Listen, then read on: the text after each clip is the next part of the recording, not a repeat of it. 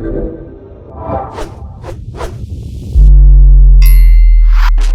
live. Okay. Greg Carlwood. All right. Hey, what's Thanks for happening, coming, bro? Yeah, Huge thanks fan for of your having podcast. me. Oh, too kind. Been listening for a very long time. Wow. And I'm glad we finally got connected. Yes. We had dinner with Kurt Metzger the other day. We did. It's fantastic. I just can't believe I was just sitting like a fly on the wall listening to you guys go back and forth. I had no clue what you guys were talking about. I barely did. I'm trying to catch up on what was going on with that, but I can tell that the people around us definitely were in for a treat. You know, people would pay good money. There were some moments when the waitress would come up and we had to like shut up for yes, like 30 I'm used seconds. to that. I've learned from my wife, just when the waitress is around, don't put her through that. So you were just saying you're deaf in one ear from a... Yeah, I'm deaf in my right ear. The thing is we think about a lot of medical stuff different these days, but I had meningitis when I was 3, whatever that is, and I came out of it deaf in one ear, and that's about as lucky as I could get. Some people are paralyzed, some people die. And now, when I saw Del Bigtree's Vaxxed, there's a point in the movie where he talks about how there were vaccines tainted that caused meningitis, and the pharmaceutical companies, instead of just destroying them, shipped them up to Canada. Now, I grew up in Missouri. Mm-hmm. Missouri's a little far from Canada, but it just set off the thing in my mind, like, oh, if this has ever happened before, it could have happened in Missouri too. This happened when I was 3 years old. What's the prime vaccination age?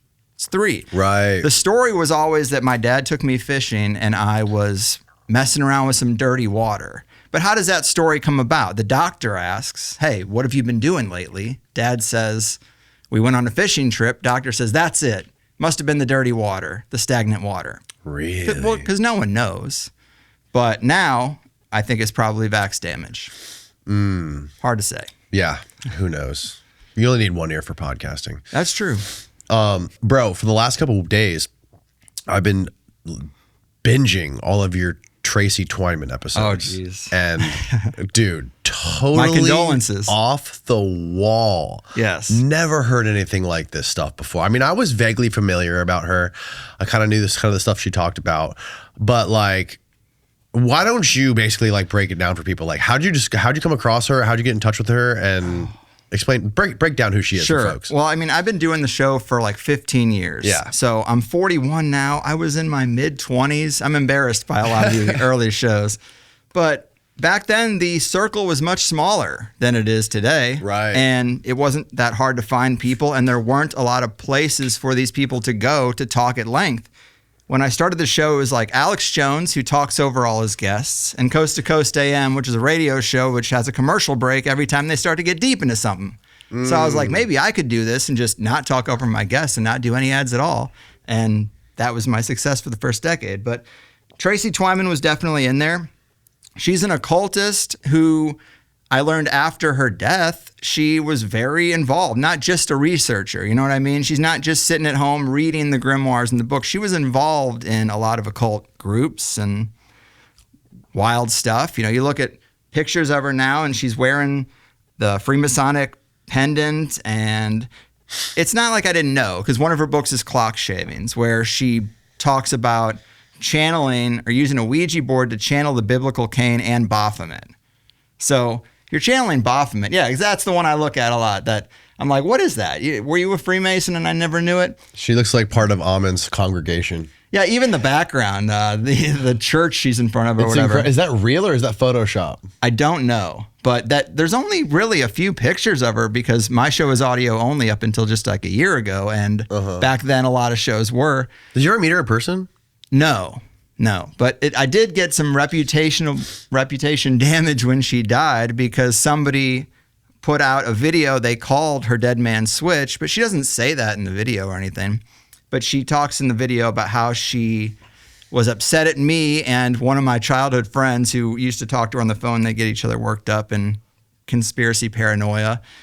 She was mad at me that I wouldn't go live and talk about this obscure school in England that she thought was a child trafficking hub. And I'm like, Tracy, I don't like go live, you know? Right. People have an infrastructure. Like my YouTube's been in shambles forever. Like going live is a YouTube thing. So I was like, you can give me the information. I'll look at it. We'll figure it out. I like to go in prepared. I brought notes for this. I'm not even running the show. Right. So she just basically turned and was like, well, who do you work for that you won't do this? I'm like, Tracy, I might do it. Just relax. And then eventually she was found hung in her garage. And there's a lot, like, I wouldn't have said this, but Kurt Metzger said it because I listened to him when he was on here. Apparently, story is there was like dirt on her back, like implying that she was dragged and that she didn't hang herself. I don't know. When you're channeling Baphomet, either magic is real or it isn't. And you could maybe have like gone too deep in that regard. There's a lot of things that could have happened, but it came back on me because this video came out that she said was her dead man's switch. But who released the video? Some guy who runs an obscure blog about Burning Man. Oh. So I didn't know him. I tried to talk to him a little bit, and it just seemed like he wanted the attention for getting her last word out through his blog. Possibly, yeah. I've heard there's other videos out there. I heard there's other videos out there that discuss who she was really afraid of at the time. Can't really talk about it too much. We'll get sued. We will? We could. A couple of my, I can't say friends, but a couple of acquaintances. Nah, you don't want that. You don't want the smoke. Do you know Clyde Lewis? No. Clyde Lewis is a radio guy. He used to come on right after Coast to Coast. He's been doing it forever. Mm-hmm. Tracy was his producer. The show is up in Portland. My buddy Ron Patton's the producer now, but that's a tight circle of conspiracy folks up there. Okay. And Clyde got sued. And he got... By the same group? By the person, by a certain person in Tracy's life who doesn't like it talked about. Somebody close to her. Somebody close to her. Okay. Wow. Yeah, you really don't want to go any deeper. And honestly, after 15 years in the conspiracy game, I just start being like, what is the value? Right. You know, what is the value of knowing, like, I know kind of what I need to know, and going past to that last 10% probably isn't smart. Mm-hmm. Yeah, you know, the other day I was texting with Heather Lynn. Heather Lynn's the best. And she sent me somebody, we were talking about somebody, and I asked her, I'm like, what do you think this guy's motive is? She goes, I've been doing this for so long. It's a waste of time to think about people's motives. She's like, you just get the information. That's true. And I get a lot of trouble. Wow, that's a great point. You need to think about it. I think that's a great way to think about it. Yeah. I one of my big questions is always, what do you think motivates these people? Because I'm trying to get to the core of why some of these conspiratorial things exist. And you never know. I mean, partly it's eugenics, partly it's money. Mm-hmm. I do think there's a spiritual element. That's what Heather Lynn is great at, is folding in the spiritual element. She referred to the secret societies as the Brotherhoods of Secret Math. And I really like that because, like the Anunnaki story, you know, it's all about these civilizing tricksters. If you're of the Graham Hancock flavor, then it's like the progenitor civilization came and taught us how to be civilized, right? But it's either aliens or it's like the Atlanteans. But part of the science and the math and all the things they taught us was agriculture. And that's where a lot of people think of agriculture as a positive, but you know, she frames it kind of as a negative thing, because the actual world that we're not really spending much time in is incredibly abundant. It wants to be abundant. It wants to provide. But we have built a structure, the matrix, around everything, and we've taken people away from that. Agriculture is one of the first things. Why didn't they teach us to plant 100 apple trees that yield apples every year? They didn't teach that. They wanted us to get things that harvested every year so you could put it in a grain silo for the king and then parse it out to the common people. Like, that's a whole different game. But there's plenty of things you can plant that create abundance and yield every year. Funny how that didn't come up with the Anunnaki. Mm-hmm. The good guys who taught us how to civilize and all that. Right. Well, they need an excuse to exist. And they have no reason to exist if we can take care of ourselves and be self-sufficient. We need to be reliant on them for something. Exactly. That's the big conspiracy. So the Brotherhood of Secret Math, her whole thing was entropy and them putting themselves in the position to take the skim off basically all interactions. Then you can go through the East India Company and that whole era of time. You know, they're really just middlemen. They try to get to the middle of everything. I mean, income tax is essentially just a skim. So if there is an occult thing going on with the Anunnaki, they taught them the algorithms, they taught them the formulas for extracting wealth from the many and being the few. And they've been doing it since Babylon. Right. And this is the same story of the people in like the Epstein files. The whole point of everybody in the brokers, the broker class. Yeah, she says that too. They're just in there sifting or skimming off of wars, civil wars, different kind of conflicts, figuring out whatever they can do, brokering a deal between the Rothschilds and the president's administration in the United States to, figure out a way where we can do a deal, broker some sort of a peace agreement where we make $20 million for sending 2 emails. Yeah, exactly. And that should have been a red flag to people. When in the Epstein files, I think the most interesting thing learned, besides the jerky stuff, was him just saying, I'm a representative of the Rothschilds. Yeah. He didn't say Mossad. He didn't say Israel. Nope. He said a specific family of bankers that has been in the game the whole time.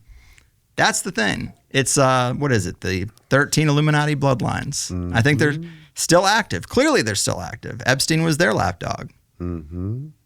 And the fact that in the depositions, the recorded depositions we got with Hillary Clinton and with Les Wexner, they both just handed over the name Rothschild. Yeah. Not even asked about it. They brought it up on their own without being interrogated. No one asking questions said anything about Rothschilds. They volunteered that shit. Yeah. I found that to be kind of odd. It is a little odd, but to me, it just speaks to there being no real risk. Right. When I was in my 20s doing this, the mindset is, if we can just get to the truth, then we can change things and implement some of this stuff and we'll fix everything, right? Right. And now that I'm 40, I'm like, well, the truth is nice to know, but at some level, you could almost say it's like not much different than watching reality TV. It's drama, it's intrigue, and nothing's going to change, so. Well, the funny thing about the truth is it doesn't have to make sense. It doesn't have to make sense. The universe is under no obligation to explain itself to you, and it makes sense. I think that was a Carl Sagan thing. Mm. So back to Tracy Twyman. So she was summoning Cain. Yeah, she says she was talking to Cain. She was saying she was summoning the biblical Cain. And, of course, Baphomet. So that was one of her early books, too. It got really crazy when she wrote a book called Genuflect, which is a novel that she wrote. It's incredibly dark and weird. One of the last things she said to me, and we mentioned this at dinner because Kurt's really into this. I mean, not into it, but she said, at the end of the day, the secret is it's all about the anal birth of the homunculus. Anal birth of the... I remember you guys saying this. Yeah. So Kurt will go off on this stuff, but to me, it's like some of it doesn't really conform with biology as I know it, so I don't know what to make of it. But there's a lot of magical texts that talk about that sort of stuff. The creation of a being of life outside of the conventional intercourse. And some people say the big secret at the end of the OTO and Freemasonry and all that stuff, the big secret is sex magic. Which does make sense to me because in the pre-digital industrial world, what really is there? Energy, consciousness, and sex. So you go into ecstatic states of orgasm, extended orgasm. You can probably do some funky stuff with psychedelics and consciousness and music and orgasm. I mean, I'm sure you're a little bit into the cathedral stuff, right? Yeah, well, I know like the Eleusinian mysteries had a lot to do with possibly psychedelics, music, performance, and sex. Yeah, well, I think there's a lot of weird stuff going on with the Antiquitech thread where people say that there was a point where a lot of the ether-based technologies and stuff was actually implemented, and then they came and they shut it all down. Like, a lot of the cathedrals were not originally Christian cathedrals. Where the story goes, they were compromised, they were converted over. And that the cathedrals, when they have all this stained glass patterning and stuff, those are frequencies. Like you can blast water cymatics with the same frequency. And some of those frequencies, the pattern that gets made is what is on the stained glass. So if frequency can heal and that sort of stuff, you get the pipe organ going, which they also don't really use anymore. The big church bells. You ever seen after World War II, there's all these photos of like piles and piles of giant church bells. It's like, what is that about? The theory is that the church bells were healing. They would produce the frequency that being around them would put you in altered states or heal you. And after World War II, they're like, get all that out of here. We're Rockefeller medicine only. You know, that Rockefeller medicine's really World War I, but the big theory is that a lot of these cathedrals were built with positive intention. They were healing centers, spiritual healing centers. There wasn't much of a division between spiritual and medical healing like there is now, and that some of the remnants are still there. If you look at the windows and some of the carvings that are there, you'll still see parts of it, but no one has the information anymore. So was there religion involved in these cathedrals before the church took it over? Were they like pagan religions that were like doing this type of healing stuff? Was it like, were performing rites and stuff, or what? How do you know all this stuff? Well, the argument is that it was Gnostic, but there was no group of people that called themselves Gnostics. Right. You know, Gnostics are, you know, the Cathars and other sects. So I don't know. I think people just stumbled upon it and doubled, tripled down. Mm-hmm. A lot of people think Egypt, you know, was big on that. Did they have a religion? Sure. I don't really know what to call it. They had pantheons of gods. Yeah. But they also, if you look at some of those etchings and stuff, it looks like they were doing that healing stuff as well. But we just don't know. We have no context for the past in so many regards. It's messed up. Yeah, you're very right about that. If you enjoy watching our show on Spotify or YouTube and you want to be more involved, I encourage you to please come check out our Patreon community. Not only does our Patreon community get every episode you see on YouTube early, fully uncensored, and ad-free, but we're also doing Patreon exclusive episodes as well as live Q&As, and you can get your personal questions answered by our guests every single week. For me, being able to collaborate and communicate back and forth with our Patreon community every week has been huge. And this is my way of saying thank you for the cost of a cup of coffee a month. Now back to the show. But Tracy, so her material was just really about the mechanisms behind a lot of the occult stuff. Have you ever seen the Masonic tracing board? You might be able to pull one up. They all look kind of the same. But checkerboard floor, the two pillars. Above each pillar, there's usually a sun and a moon. And then a lot of them, there'll be a staircase in the middle or a ladder in the middle that kind of goes up to the sky. And there'll be either like a window or an opening. So her theory there, she would call it hidden hyperspace kingdoms. Like the Kardashian foyer. I like the Kardashian foyer. So this is called a Masonic tracing board. Yeah, and you see how there's like this ladder up to the sky. Yep. These ones are all, that's probably the closest one. Usually I see it in the middle and there'll be like a window, but imagine you were trying to depict in coded language this idea that they, through consciousness, through probably group meditation, they could open up a liminal space outside of the material reality and maybe go there for meetings or go there to have their own little Epstein parties, like literally outside of time and space. So there's no chance of getting caught. It's almost like a dream reality. Time probably slows down. So when they say like they were seeking immortality, imagine every Friday night you can go with the boys, you go down to the basement, you do the rituals, and you all go to a space, you astral project to a space, and it feels like you're there for weeks, but it's really been 15 minutes. And while you're there, you can dream up anything. It's like a group lucid dream. Any kind of debauchery could happen. And then you could come back and be home by dinner. So this is a Tracy premise that the exotic states of consciousness would lead to this place where astral projection would allow you to be in liminal places and carry out all kinds of acts. Astral projection is real.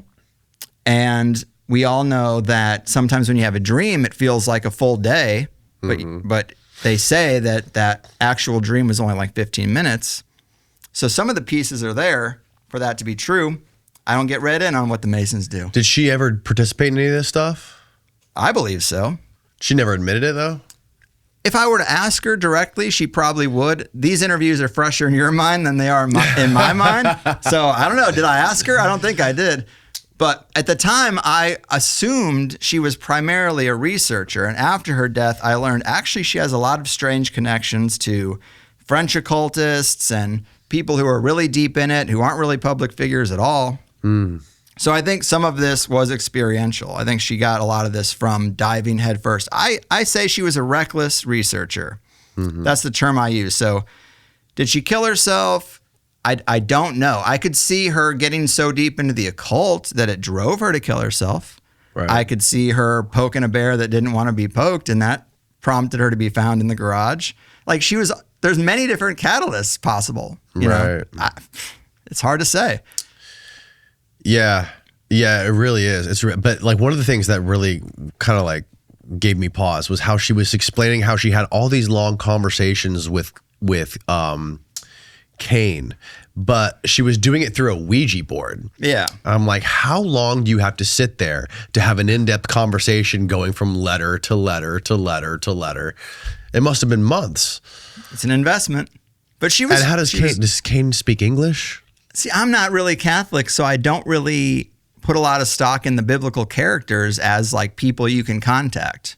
But if we're talking about her perspective, she thought they could be contacted. Baphomet too. Is Baphomet an actual thing or is it a symbol? Because the people who run the Magical Egypt channel, they say when you look at scans of the brain, there's a certain level of the brain where you can look at the scan and it's a mirror image of the Baphomet figure. So just like the eye of Horus is like the pineal gland, they say. So they say a lot of these symbols are actually derived from looking at the brain itself. Is Baphomet the same? I mean, they've made a pretty good case to me that it is. Yeah.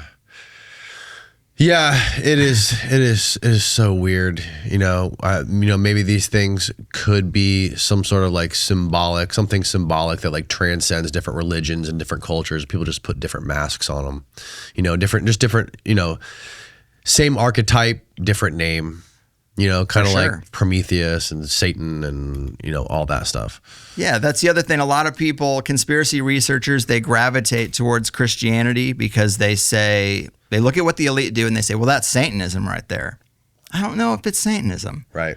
I think it's something very odd and dark and evil, but I don't know if they're in this Christianity Satanism paradigm exactly. Yeah, no, I don't think so. It seems all the stuff that like Anton LaVey was doing was more of like circus stuff, like circus Satanism, Right. like it wasn't truly, it was more like, some Dungeons and Dragons nerds running around with staffs and coats and shit, right. trying to like, listening to Marilyn Manson. There's that too. That's why a lot of the magic practitioners did magic with a K in the 90s and early 2000s. I think that's lame. I think it's kind of cringe. And I think it's also outdated. But you kind of have to decide if magic is real or not. My friend Gordon White, who died recently, he had a great website, Rune Soup. It's got all this. It's probably the best. It's like the Library of Alexandria, the digital Library of Alexandria for occult and magic subjects. I hope it stays up. Who knows if it will. But he used to always say you have to drill down on your own personal metaphysics. It's like, is magic real or not? Is it all LARPing D&D bullshit, or is there some true mechanism there? And you got to decide for yourself, really. And if it is real, then what does that mean? Like these things we see the elite do and invest their time into, they must have an effect, right? Or why would they do them? Mentioned the Kardashians. There was this thing the other day. It was... one of the Kardashians is dating an F1 racer. Not my world, but there was a scandal where she picked up one of the other racers' towels, like sweat towel, and like dabbed her forehead and put it back. And you're not supposed to do that. It's the person's towel. You don't mess with. It's like on the basketball court, you don't take someone else's towel or whatever. Well, you're a Kardashian, so who cares? Yeah, I guess you do what you want. But this person, who was apparently a very good racer, did not place in the race. And there's this theory that the Kardashians are a multi-generational coven of witches. So I know it's crazy, but you think about how Kanye went off the rails, and then think about this action that she did. She took this towel, dabbed herself, and then like the energy of the towel transfer, this person did not place in the race. So is magic real? Are there people who use it? Anyone who uses it, because it does require an academic study. I mean, I could have brought these books. I just bought them because I got super curious. But these two books that are 800 pages each, the history of the occult and grimoire magic. I mean, it is a deep study, and these things are written at a high level. This isn't Harry Potter shit. It could all mean nothing, but you can't say it it's easy to get into. It's very dense study. So anyone who gets deep into it to the point that they can use magic with any kind of real talent, they know not to talk about it. So are the Kardashians witches? I don't know. They seem pretty successful at life. What is magic supposed to do? Man, I hope they're witches. I do not. Really? Well, I don't really care. They're not part of my life at all. If I knew they were witches, I'd probably watch more of their stuff. It's hard to say, but I think magic is real. What is magic? How do you define magic? Well, Gordon used to say it was a probability enhancer. Some people say it is making changes in consciousness that can be seen in the outside world. This is why making changes in consciousness that can manifest in the outside world. Yeah, because again, it gets really deep into what is your concept of reality itself? Is it primarily hard matter or is it primarily consciousness? Right. If it's primarily consciousness and we operate within a shared dream, well, in your dreams, you can make changes that are pretty radical that wouldn't really apply to what we consider consensus reality. But what if some of that can spill over? What if this is a shared dream and our belief that it is real and solid is the thing that makes it so, and maybe you can push on that a little bit. I mean, what's remote viewing? Remote viewing's real. I think you would agree, right? We've been far enough to see that's real. So why would the military spend so much money on it if it wasn't real? Right. So scale that up. Astral projection is real. People do it all the time. It's funny you say that, dude. I was just listening to a podcast this morning with Jesse Michaels and this kid who was a part of this GATE program. And yes. When he was young, he literally got pulled out. He was like really advanced for his age in, I want to say he was probably 7 or 9, something like that. So 4th or 5th grade maybe. And he got pulled out, had a psychiatrist that he was talking to or a psychologist that he was talking to in school and told all these stories how he eventually got pulled out a public school for a period of years, went to this special place called the Bakersville something Institute or whatever. It was on Jesse Michaels' latest video. It's incredible. And basically it was like Stranger Things in real life. It sounded exactly like the Montauk Project stuff, where they're trying to figure out his consciousness. They think there's something about prepubescent kids that have this, certain kids this young have this ability to do this magic stuff you're talking about and like manipulate reality with their consciousness or manipulate the material world with their consciousness. The GATE program is a huge rabbit hole. I interviewed Whitley Strieber, big UFO guy, wrote Communion and everything. And when we got to talking, he made some offhanded comment about being taken to some school like that. And I was like, hold on, let's drill down on that. And he elaborated. It's a similar story with a lot of people, especially the GATE program, because when they did this, we didn't have the internet, but now you can go to Reddit and you can find like ex-GATE kids talking about their experience together. Some of them were made to drink a pink liquid. Many of them don't have any memories. This kid was talking about that. Yeah, some people think the pink liquid was radiation exposure to see how they would deal with radiation exposure. Didn't Bob Lazar drink that same shit too? I think he says he did. He did. Dean Radin was just on Rogan not long ago, and this is it. This is the bit I was talking about. Right on. Jordan Jozak on Jesse Michaels. That's a new name for me. So when Dean Radin was on Rogan, he went off on how the Crusades and all that. Yes, we know that they wanted Catholicism to be, Christianity to be the dominant thing, right? They went around the third world, killed all the indigenous people, destroyed their belief systems. Well, Dean went a little bit deeper, and he said what they were doing was knocking out people who had that psychic ability. They wanted to monopolize not just spirituality, but baseline consciousness. And anyone who had these effects, they wanted to wipe them out. So that's why I get back into like, what is the unadulterated natural world? I don't really like the Matrix language, but what else is there? So there's an industrial overlay over what the natural world is. And that's basically the world we all live in. And we don't really engage with the natural world that much. But it seems like mechanisms of consciousness that can affect reality are baked right into our own heads. And you can't get rid of our heads, but what can you do?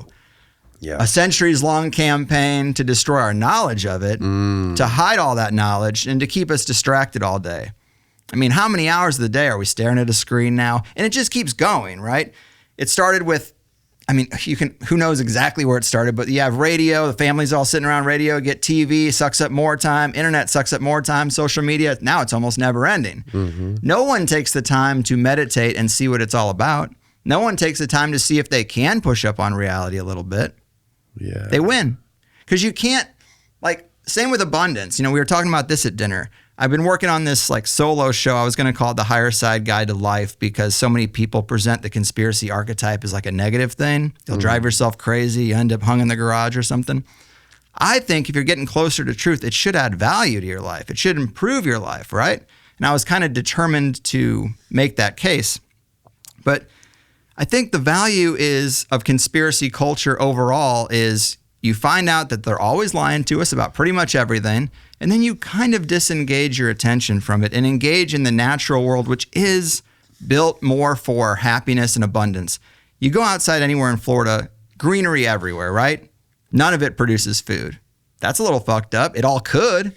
You know, all the stuff that we see out there could be food producing. It just isn't. Isn't that interesting? So to me, the power is in the abundance of the natural world and consciousnness. The two things people don't really know much about at all. I'm 40 years old. I don't think any of my friends have ever eaten a fruit off a plant directly. You know, it's pretty rare, especially when they plant it themselves. And, you know, I sent him some data. The 4 things I've learned since I moved to Florida a couple years ago, 4 easiest things to grow: Barbados cherry, cranberry hibiscus, mulberries, and jaboticabas. 3 of those things I never heard of about 2 years ago. But then you look them up, and the nutrient content in these things is far greater than their comparisons that are available in the grocery store. Mulberry has more vitamin C than blueberries or raspberries by far. The Barbados cherry is basically a Brazilian grape. It grows on the trunk. It's weird. Yep. It has more nutrient content than a traditional grape.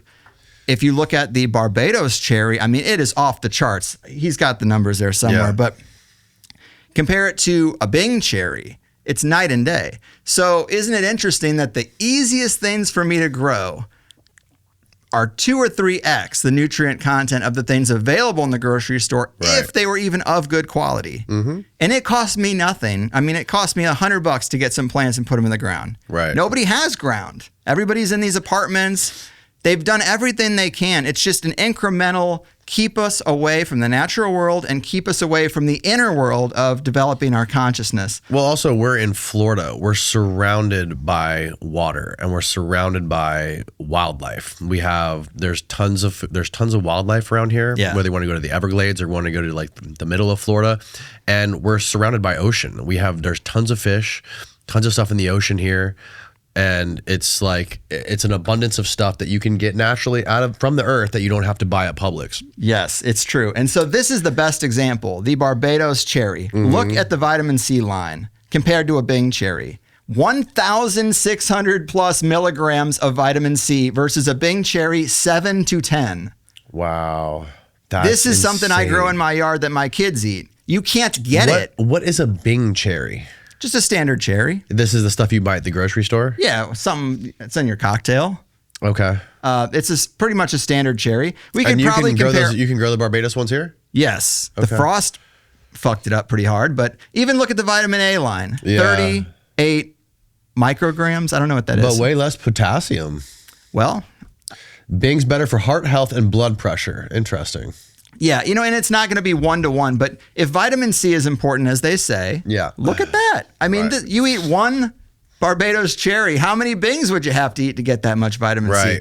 So look at that. One Barbados cherry is 1,800% of your daily value. Insane. So this is something you cannot get, and most people don't know exists. I put it in the ground, and it yielded 200 of them. Right. To me, this is where the conspiracy mindset should lead people. I've been toying around with the term green pill, but I'm so sick of the pilled stuff, the red pill, the black pill. Yeah. But, I'm green pilled now, where I really do think that... Turned into a real hippie. Well, what more do I need to know about 9/11 or COVID? Exactly. What more do I need to know? This actually has value to me. Right. If I unpack 9/11 to to the point that it's like, is it nanothermite or is Dr. Judy Wood right? What difference does it make to my kids' lives and the lives of my family? Right. This makes a fucking difference. Totally. Both of them are things we're not supposed to talk about. Or, I mean, you could say that no one cares if we talk about this, but it's clearly not taught in school. It's clearly not available to us in the matrix world. And this is one of the things. So, and I even did some research on other areas because I grew up in the Midwest and I knew people would listen and say, well, I mean, that's Florida. Okay, well, the pawpaw was what Native Americans grew more than anything else. We don't have that anymore. It also has a crazy high vitamin nutrient content. Also, there's another slide that's, because I looked up what are the most common things that grow easily in the Midwest that are not commonly available in stores. And I got like 4 different berries I'd never heard of. And then I compared them to blackberries and blueberries. Sure enough, more nutrients. And it's like, what the hell? What is that? Right. You know? To me, that's the big conspiracy. They definitely want us weaker. Fluoride in the water, EMFs everywhere, glyphosate on all of our food. You know, it's all trash. And that's the other thing. I'm comparing glyphosate-free organic food picked right off the vine to stuff in a shipping container that's been sitting there for 2 weeks that ends up in your grocery store. Even organic stuff is covered in preservative type things. So there's another slide in there where it's so there's a lot of esoteric nutritionists who talk about the spiritual energy in the plant and all this. I don't know about that. But even conventionally speaking, when you pick something from the tree, it starts losing its nutrient content right then. Very quickly. If it's been sitting in transit and then on the shelf and then you buy it and then you take it home and then it still sits on your counter a few days, based on some of these estimates, in a week it's easy for it to have lost 30% of its nutrient content. Right. So we need to start picking our fruit. We got to start planting our stuff and picking it. Yep. You know, why do you need to be online anymore? That's the thing, is I feel like after 15 years, I know that the system won't change. Another thing Gordon used to say is, what makes you think you get to fight Sauron? You know, like he loved Lord of the Rings, but he's like, a lot of us are the Bilbo Baggins. What does Bilbo do? You know, you make small changes in your area that have outsized impacts that change the field, the positive field. Yep. And I kind of believe that. Like, I'm not going to get to confront the Rothschilds directly. That's okay. I don't need to. Yeah, there's also like, you know, even if you go to a place like Costa Rica and you get the bananas, they have grocery stores there. You can buy bananas, mangoes, all those fruits, whatever. You buy them, they're literally going bad the next day, maybe 2 days later, right? You can leave those same fruits that you buy at Publix here in Florida on your countertop and they're good for a week, 2 weeks. I know. Even longer sometimes. And that doesn't happen over there because they're not freaking juicing them up with all these preservatives and shit. So I think that matters a lot. It's a little boring to talk about permaculture and food, but it's like this has value. How many podcasts will you hear about fluoride in the water? You know, you can spend thousands of hours. You'll never hear people talk about this. But look right there, day 8 to 14, 30 to 50% loss in fragile vitamins. I believe there's also something in here that says, at the bottom, vitamin C, which nutrients disappear first? Vitamin C. Interesting. Oxidation causes it to lose its impact very, very quickly. Right. B vitamins as well. Yep. You can't put that in a pill, I don't believe. You know, if you look at how they discovered that, by the way, like all these people were getting scurvy, right? So they looked at the oranges and fruit and like, they have a vitamin C deficiency. Well, how did they determine that? If you look at the literature, so say some of the naturopaths that I listen to, they determined it by cutting up the orange, taking out the parts, spinning them in a centrifuge, mixing them with formaldehyde, using various dyes so that you could see them under the microscope. Because you can't see living like things under the microscope very easily unless they're heavily manipulated. And so then they said, that little squiggle right there, we're going to call that vitamin C, and that is why oranges are healthy. It's like, actually, maybe it's the whole orange. Right. Maybe there isn't one thing in the orange you can take out and put in a pill and sell on a shelf. You just got to eat the fucking orange. That's a good point, man. So to me, this is where I'm at now. I've got an acre of land. I moved out of California. Got to move out of California. You can't be a conspiracy guy living in California. It depends what part of California you're in. Yeah, that's true. But I came out here to get more land and to try to dip my toe into these waters. And it's going quite well. And like I said, like the 4 things that have been easiest to grow, moringa is another one. Moringa, you can buy powdered moringa, but you cannot buy fresh moringa. Interesting. Yeah, so here's moringa. Or no, this is mulberry. What is moringa? Moringa is a green. So I compared moringa to kale and spinach. So look at the protein line of fresh moringa. Look at the iron line, the calcium, and the vitamin C. Vitamin C, you don't eat your greens for vitamin C necessarily. That's your fruits. But on protein, iron, and calcium, it's winning. And where is it? In the grocery store. Right. Again, you can buy it powdered. You can add it to your smoothies. But if we're going to talk about the nutrient loss over time, do you think powdering it helps? You know, my kids go out and they strip a thing of moringa and they pop it in their mouth. I think that's good for them. I'm doing what I can. Because again, the Bilbo Baggins thing, like we aren't going to beat the system. We aren't going to topple it. All you can do is find a way to get yourself off the teat of the system. Because we all know the phrase, you don't bite the hand that feeds. If you're dependent on the system, what kind of critic can you truly be? Right. So that's kind of my attitude now, is if I want to criticize the system, I need to wean myself off of it. It's not easy. I'm definitely not a farmer. It's not in my nature at all. Right. But doing what I can. Well, I mean, Greg, a lot of people in this country, they can't afford fruits and vegetables from the grocery store, especially for, fresh stuff. So the government is going to be kind enough to offer us a free universal worldwide vaccine that will cover all this stuff. Yes. So we don't need to do that. Got to vaccinate the apples Just and march oranges. yourself and your children into your local clinic, and you can get this vaccine, and it'll solve all of your problems. Amen. I mean, it's easy to believe that, right? Another thing about the conspiracy mindset, and what did bother me for a long time, is when you have your initial wake up moment and you're like, oh, everything is bullshit. Money isn't real. It's all built on debt. If the banks print the money and every loan is given out at interest, who has that interest? Only the banks print the money. So you're in debt always, which means they got you by the balls and they're going to make the major decisions in your life. It's going to be about trying to get out of the musical chairs system that is debt. Well, back in that day, I was a GameStop store manager. There was no shot for me. I had quit my job, I had quit school, dropped out of college. I was in retail management only was my resume. I had to throw a fucking Hail Mary. I started the podcast because I was like, the only way for me to find success, the way I determine it, which is really like no boss, wake up when I want to, decide what I do tomorrow, and make enough money that I don't care about the bills really. I got to do it myself. There's no one who is going to hire me into that position of success, the way I deemed it. Right. And what I learned is like, Americans are bred to be consumers. Give them something to consume. You know, I can't believe how successful the podcast has been. And it's because I did not know, because unless you produce something, you don't know how eager people might be to buy it, hypothetically. But I knew I ran a $2 million store and they paid me $35,000 a year to run it. That's crazy. That is crazy. So you got to get out of that. Yeah. So there's so many people there.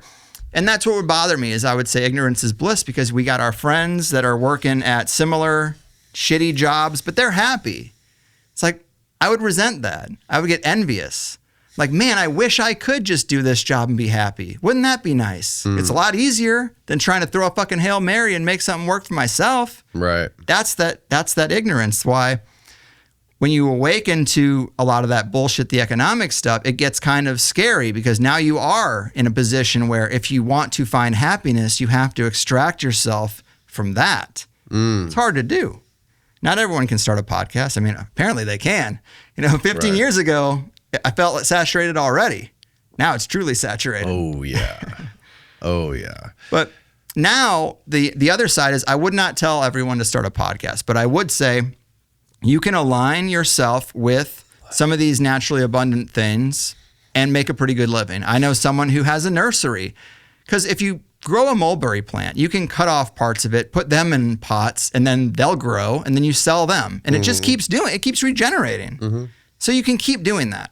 Biochar is a popular thing. You've probably heard the theory that the Amazon was actually cultivated. It's not just a natural thing. Right. They've looked at It's a LiDAR. Graham Hancock thing, right? Sure. They look at all these kind of different radars, and they find that there is a method to the madness that when you look at the rubble, which is where old cities and structures used to be, it's more dense there, implying that was cultivated rather than just a random distribution through the jungle. So what they found is terra preta is what does that. Right. That's biochar. It's basically just biomass burned, and you do some stuff to it, and then it's like ash, and you put that in the soil, and it works really well. Biochar at the nursery I go to is $900 a cubic yard. Anyone could make it with lawn clippings and tree trimmings and the food scraps you have. Right. So if you have a backyard, and you get a big metal drum, you could start a biochar company off of trash and probably make $100,000 a year.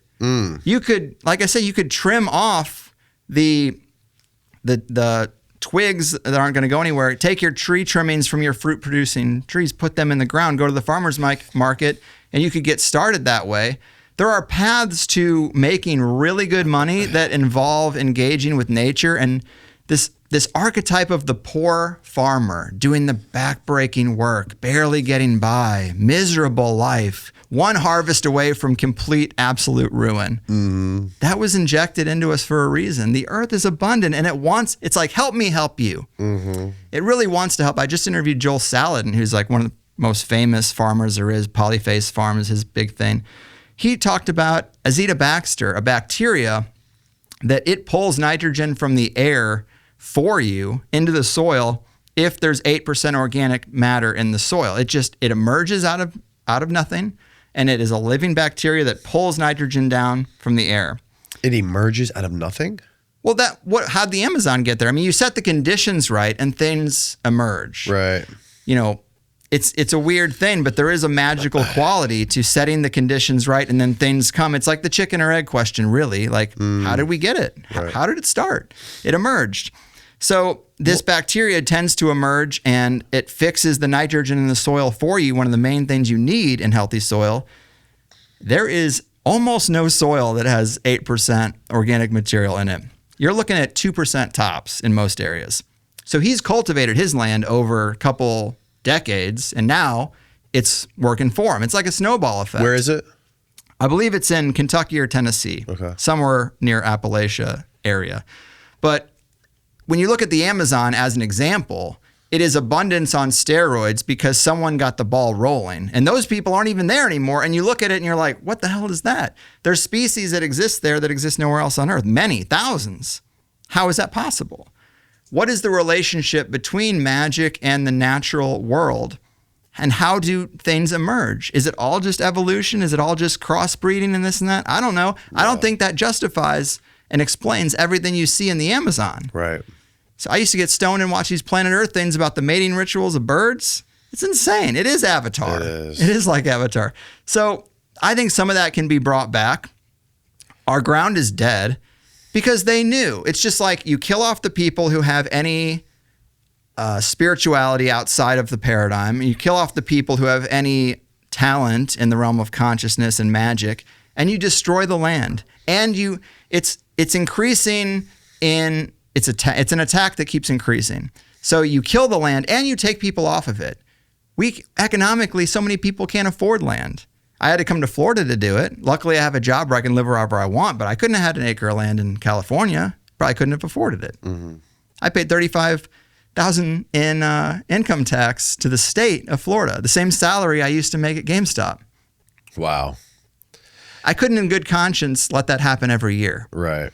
With the kids, I couldn't just my kids, and you have kids too. It's like, what did the next 30 years look like for these kids? Yeah, it's hard to know, right? We have to be prepared to help them out in ways that like we probably didn't need to be helped, or even our parents didn't need to be helped. The big thing about boomers is like, why can't you just pull yourself up by your bootstraps? Well, you had every fucking opportunity in the world handed to you. Right. Why are people quiet quitting? Why is Gen Z not working? Are they lazy, or have they divested because they're like, fuck all that? Yeah, the Amazon's very interesting. It is. You know, I've had people on here who live in the Amazon who explain it being like a whole nother, like living in a whole nother dimension, because when you go down there and you're just surrounded by all the millions and millions of beating hearts, from the insects to the birds to the monkeys to everything else, it like unlocks this like buried hidden sense that we have inside of us, where we're just like our intuition sort of like really come online when you're there. And it's interesting because it's so disconnected from the modern world, from technology, from everything else, and like you're grounded in nature, maybe like the true reality of what this is. And he explains, like, every time he comes back to New York, he gets depressed and he misses the Amazon. He's like, fuck, this sucks. Yeah, the electrification of the big cities is a whole nother thing too. Like, they've really driven us, they've domesticated us and driven us into the pens. And they're going to get worse too. Now people are like rallying against 15-minute cities, right? Yeah. It's like, you're already there. Right. What are you so worried about that's really much different from the way you live now? Yeah. Publix will be closer. Isn't that good? If you consider Publix the good place to get food, which it is not, if you consider it a good place to get food, why not make it closer? Right. So I think a lot of people, they get paranoid about the new incremental movements in the big conspiracy, when really all that attention should just be spent to divesting from it, because it's either going to get better or worse. If it's going to get worse, what are you going to do to make your life better? It's all it is. Right. But that's progress. That's how we define progress. Right? Is more safety. It's more fail safes for us. We don't have to fear as much. It's more of like a comfort for normal everyday people, right? Sure, you got to sell it somehow. Yeah, that's how they buy it though. That is the sales pitch, and the alternative is that living in a rural area and doing all the work yourself is really hard. It is, but I mean, you've had guests that talk about grounding. You've had guests that talk about the value of natural sunlight. What are you doing when you move a wheelbarrow of dirt from one side of the yard to the other? Right. You know? Right. We can't all look like you. I'm skinny and fat at the same time. I'm working on it though. I'm working on it. Okay. Well, yeah, no, I mean, the natural sunlight's very important, and with the advancement of, or not, I don't know if you'd call it an advancement, but with like the explosion of these gig economy workers that are just like sitting at their laptops in their house all day, taking random jobs to get them through the week or through the month or whatever, and never having to go outside because they live in like a huge building and they're stuck in a little apartment. That's really bad. And I had this girl, Alexis Cowan, explain to me that that's like the same thing as like what happens to the orcas at SeaWorld when they're not out in the ocean and they're stuck in these little pens. They literally go crazy. Yes. They go psychologically insane. And that's the same thing that happens to humans when they're not experiencing the normal circadian rhythm. Yes. And I'm so glad you said that, because another thought that I've been on lately is when you see boomers that are out there like on their lawn and they're looking at every little blade of grass and they're getting in the corner and they're making sure there's not a dandelion there, which is actually, you know, very nutritious and healthy for you, but you're making sure there's no weeds, making sure it's all pristine. I one time in Vegas went to the Siegfried and Roy place where they keep all their big cats. It smelled like piss. There was areas where it was like beaten into the ground where these big cats just run this track back and forth, back and forth, back and forth. They are psychologically damaged. Yeah. They are a wild animal that has been caged and domesticated against its will. That's what I think of the boomer who's doing that with his lawn. You are supposed to be a steward of the earth. You are supposed to be cultivating abundance for everyone around you by engaging with the earth and everything around you. Yeah. And because your brain is broken, you're just growing grass and you're making sure that the grass is nice. It's a pathology. Oh, wow. In my mind. That's a fucking good observation. It was only when I started working with the land and thinking about this whole thing, like Jim Gale, a couple other people I've interviewed, they talk about how many acres of grass and lawn is being grown compared to food producing land. It's insane. Everyone should just scrap the lawn and plant fruit trees and fruit bushes, but the HOAs won't let you. Again, at every turn, there is a mechanism to keep you from actually engaging with nature and from consciousness. They can't cut off your head, but they will do everything else to keep you from engaging with your inner world and having outsized effects. But yeah, the domesticated boomer is a fun thing to think about, just because it's like, it's a pathology. You're obsessing over something, but there's something in your subconscious that knows you should engage with the landscape. Yeah. But it's manifesting itself in absolutely the wrong way. And it is like a caged animal. It is. That's a very good analogy. That's hilarious, actually. I like it. Going back to the Amazon stuff, can you find, Steve, what the conventional explanation is for the Terra Preta in the Amazon? Because the whole idea of the Amazon being man-made, that's not accepted, right? That's kind of like a Graham Hancock conspiracy theory that he's come up with. I don't know anymore. I've heard so many people go back and forth on this. I don't know like what the accepted narrative is anymore. I think it's somewhat accepted now. Okay. I think. Again, I just don't know. I'm so deep in it, man. I don't know what regular people think anymore. Right. It's the highly fertile, man-made. Oh, wow. Enriched soil created by pre-Columbian indigenous populations in the Amazon basin. Formed between 450 and 950 CE. There you go. Organic waste, including charcoal, biochar, animal bones, and food scraps. Now, once you get it cooking, there's biomass all the time, just like kind of replenishing the soil. When I had we were installing our own food forest, and then we got some help, and they installed some things that don't grow, that don't produce food. And his whole thing was, this is chop and drop. What you want to do is just come through with a machete, chop it, it'll regrow. Just chop it, throw it on the ground, and like, let's fix the sandy Florida soil. Mm-hmm. You got to get organic material on the soil, right? Because it's all dead. So this will take years. And it'll probably be my life's accomplishment to get 1 acre of land somewhat fertile, and then I'll die. Well, at least your kids will have it. Yeah, I told them they're not allowed to sell anything. We are acquiring land in this family, and you never sell it, because what are you going to get? A couple $100,000, it goes fast. Right. The land, this is what we're doing. The biggest problem with Florida is the toll roads. Like one of the toll roads they're trying to build between interstate from coast to coast, because they're blocking off the natural wildlife corridors that exist here, because it's so obviously, because Florida is like this narrow pathway from south to north. The wildlife, they have to be able to navigate like during different seasons, like they migrate from the top of Florida back down to the bottom towards the Everglades. And when they have all these toll roads and stuff, you're blocking them off, because there's constantly being more toll roads and more huge subdivisions with like thousands of cookie cutter homes being proposed to be installed in the middle of Florida, in between all these toll roads. Yeah, it's fucking insane. It is. And that's one of the big issues with Ron DeSantis, the governor of Florida right now, and what he's been doing. Like, to his credit, like one of the few things you can say that's good about him is that besides the COVID stuff, is that he's actually been working with some of the activists to stop these toll roads, and another thing that they did was a lot of the cattle ranchers in Florida, like the native cattle ranchers who own these like hundreds and hundreds of acres of cattle ranches.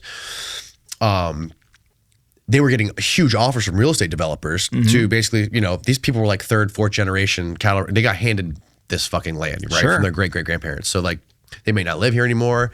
They may not. They may be leasing it out to like other farms, and they're getting like multi-million dollar, hundreds of millions of dollars offers from real estate developers to develop their land and sell their cattle ranches. And what I think Ron DeSantis implemented, I could be wrong, make sure it was him, but basically what got passed in Florida is that now Florida will pay those cattle ranchers like a huge amount of money to not sell it to real estate developers, so that now they're incentivized to not sell it, which is great.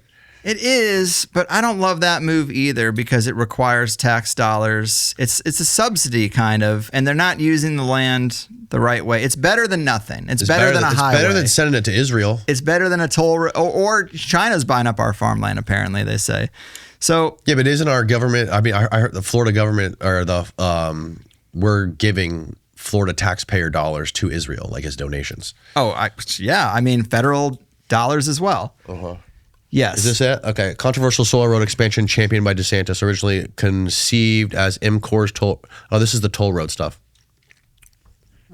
So we've covered toll roads. We've covered growing food. What other? Should we talk about the weather? What else will get people to get off of this thing? Bro, a lot of people think the hurricanes were CIA weather weapons. Yeah, sure. Bro, I literally when we had those last 2 hurricanes 2 years ago or a year and a half ago, whenever it was, when those Helene and Milton came through and like flooded the shit out of us.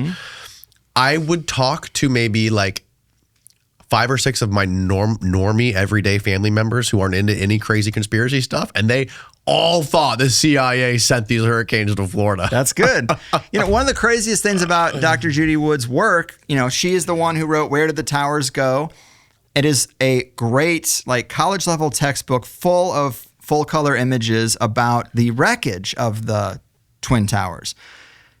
Her whole argument is look at the actual wreckage, and there are things going on in the wreckage that are way beyond belief. 2 planes did not knock down those buildings because why are there fused metals and why are there just all kinds of bizarre stuff? She has her own terminology. And when you look at it, when you flip through the pictures, and you're like, yeah, there's some weird stuff going on in the wreckage. What did they do with the wreckage? They got it out of there as soon as they could, right? There were all these stories like they're putting it on barges to China. Get it out of there.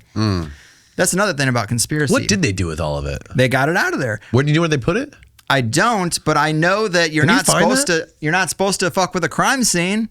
But yet, in the case of Charlie Kirk, in the case of 9/11, they fuck with the crime scene. They cover it up and obscure it as fast as they can. Why? Because the evidence of what happened is there. But with Dr. Judy Wood, that morning, there were weathermen in New York talking about a hurricane that was headed their way. And the hurricane, unprecedentedly, spun off out into the ocean. Why this is important is on because... what day? On 9/11, the morning of. And why this is important is Judy Wood says that the field-based technology that they used to take down the Twin Towers, she calls it dustification. They didn't just fall. They like literally turned to dust. This field effect technology affects hurricanes. So when they employed it over the World Trade Center complex, it's almost like a magnet pushed the hurricane out to the ocean. No one talks about the hurricane because 2 buildings fell that day. Well, more than that. But the point is, it is a bit of circumstantial evidence to try to wrap your head around what really took the Twin Towers down. If a technology that is not public took them down, it's going to be very hard to figure out, right? And that's what I think happened. Because this abundance stuff, it's not just food. I brought these notes because the main thing I didn't want to forget was all these people who have stumbled across abundance in a technological sense, a scientific sense, ether physics. Stanley Meyer got cars to run on water. And all these people, they either die prematurely, they have their labs and work destroyed, they have their patents purchased, and they get scammed out of the company. It's the same play. It's the same play as getting us off of, China buys tons of scrap metal. And that was like right away. They got it the hell out of there. Look, January 26th, that's even a little outdated. My understanding is the very week of 9/11, instead of analyzing everything and looking for the dead bodies and doing all the things you do, they got that the hell out of there. And 9/11, the ground zero area, it bubbled and boiled for like a week after. Right, did 2 planes do that? 2 planes did that, huh? Makes no fucking sense. The thing is, they lie to us about everything, and that's really, I think you're better off starting from that position. I wore this hat as a fun little thing. I think when you were on Rogan, you said you got to be a real fucking idiot to believe that the moon landing is fake. Yeah, right. I was kind of joking. Anyone who believes that is automatically painted as a fool. Fair. Well, that's good. I am a fool, and I'm fine with it. Me too.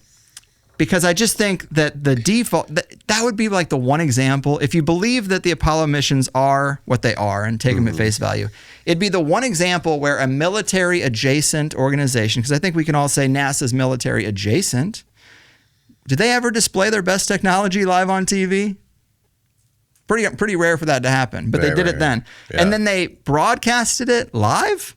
I have to look this up every other month. My memory is shot from the weed. You have to sell yourself every other month. No, I cannot believe that the official story is that the Apollo moon landing, where they walked on the moon, was actually live broadcast from the moon. I have to remind myself because it's such an outrageous thing. It's outrageous. Absolutely not true.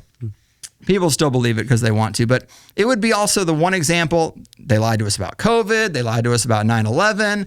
World War II, there's some questions to be asked. MK Ultra. But they were honest about the moon landing. Operation Northwoods. That was for the good of mankind. And we are totally genuine and authentic in our presentation of it. Mm-hmm. I don't believe it. And it looks the most real. Oh, it looks just looks so real. Yeah. Right?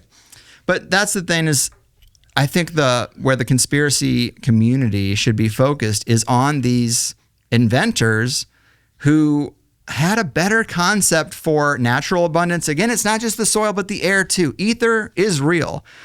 I've done electroculture experiments, which is so simple, but it's just a copper rod that wraps around a wooden dowel and you stick it in the ground and it draws etheric energy from the air into the soil and your plants grow better. I don't know why. It's real though. And there's been people who have created devices that harness etheric energy. I really do think that there's a story to be told that connects alcohol prohibition, reefer madness, and the Hindenburg. So strange, right? Have you ever heard the alcohol prohibition conspiracy? The alternative take? Remind me. So the official story is that all these little housewives were just upset about how drunk their husbands were getting. So they went out there and grassroots campaigned and they championed it and they got alcohol off the market because people were getting too drunk. That's the official story of Prohibition, that it was about drinking, right? And then we hear these alternative stories of like the mob got into it, and speakeasies and all this. I thought the mob stuff was accepted. Well, it is accepted, but the point is that it's always framed as based on drinking. Right. No, it was a competition for oil. Alcohol, cars could run on alcohol. Farmers could take their chicken, or no, I keep saying chicken because we give our kitchen scraps to our chickens. But you could take your kitchen scraps, ferment them in a bin, create alcohol, and run your own tractor, run your own car, run your own shit. They took that away with Prohibition. That was what it was about. The government doesn't give a fuck if you drink yourself dead. They don't give a fuck. But we've been sold this lie that it was all about drinking and that these nice little housewives with no power whatsoever somehow accomplished something because that's rah-rah America. They were funded by Rockefeller. It's pretty easy to look up that Rockefeller funded the temperance movement. That's the money. Why did he care? Because he makes money on oil. So Prohibition was about keeping alcohol out of the market so we could have an oil-only economy. Move on to reefer madness. Move on to marijuana. Same exact story. I've grown weed in California. I know how easy it is. They call it weed for a reason. It grows so fast. You can grow 4 crops a year in a spare bedroom. You should be able to make good money. I didn't know anyone who had money, so we just offset one of our own costs. You know what I mean? But it, as a textile, it works great. It can replace plastics. It also worked as a fuel. I think one of the slides I gave is like a little infographic about Henry Ford. One of his early cars, not only did it run on hemp, but it was made out of hemp and it was stronger than steel. What? Yeah, I couldn't believe it myself. Do we have any evidence of cars What does that running say? on 10 alcohol? times. One of Henry Ford's first cars ran entirely on hemp ethanol, and the body was constructed from hemp plastic, 10 times stronger than steel. What? So this again, same story. They did not care about people smoking weed at all. They cared about this. So you have to find a way, because another proof is that hemp and marijuana are not even the fucking same. I mean, they are. That's the male part of the plant. But hemp will not get you high. Right. The female part of the plant gets you high. Right. So why is hemp banned? What did they lump hemp in? It makes no logical sense unless you understand that I thought the whole this has point. something to do with the printing press and what was the guy's name? William Randolph Hearst? Well, so the printing press obviously was way before that, but William Randolph Hearst is part of the story. He is a wealthy robber baron who owned a lot of redwoods. Mm-hmm. And of course, the timber industry, the paper industry. Paper, right. So another thing, I was reading this the other day. When they make paper, they call it wood pulp. Wood pulp it involves a lot of chemical processing. It's actually bad for your skin. It absorbs into people's skin. They use, I think, formaldehyde or arsenic, some crazy shit like that. So again, it's like the better product is the one you can grow in 3 months in your backyard. The better product is the one that the farmer can put the kitchen scraps in the, right. Like that's right. But they could not win with a fair fight. They could not win in a free market. A bioplastic composite of hemp, soybeans, wheat straw, and flax. Things That's people can crazy. grow. Now, what about we know for a fact that they had alcohol powered cars? Yes. I could have brought this big fucking book that I have from Holy David Bloom. shit. The first I've never cars. heard of this. Yeah, well, ethanol. You hear of ethanol. You're right. It's used today. They brought it back after 100 years because they're like, Okay. okay, we'll pepper it in. But there's even a conspiracy about lead in gasoline. So right. I've heard this one. gasoline was a worse product than alcohol for fuel, but they added lead to it and it helped it become more stable or whatever. To the gas. Yeah, that alone, leaded gasoline has killed millions of people. Breathing it in, being exposed to it, and then they just removed it later because alcohol was already off the market. Once you clear out the opposition, the alternatives, then you can be like, okay, fine, we'll bring it back. But just think about the damage and the autonomy lost of those two items. Just those two. You know, if we had our own, people would value land if they knew what they could use it for, to grow their own stuff that they would just chop up and use as energy. So that alone is very interesting. Then you fold in the Hindenburg. People who've seen the images of the Hindenburg, it's a big fiery ball falling to the ground. So the Hindenburg. The blimp, right? Yeah, the blimp.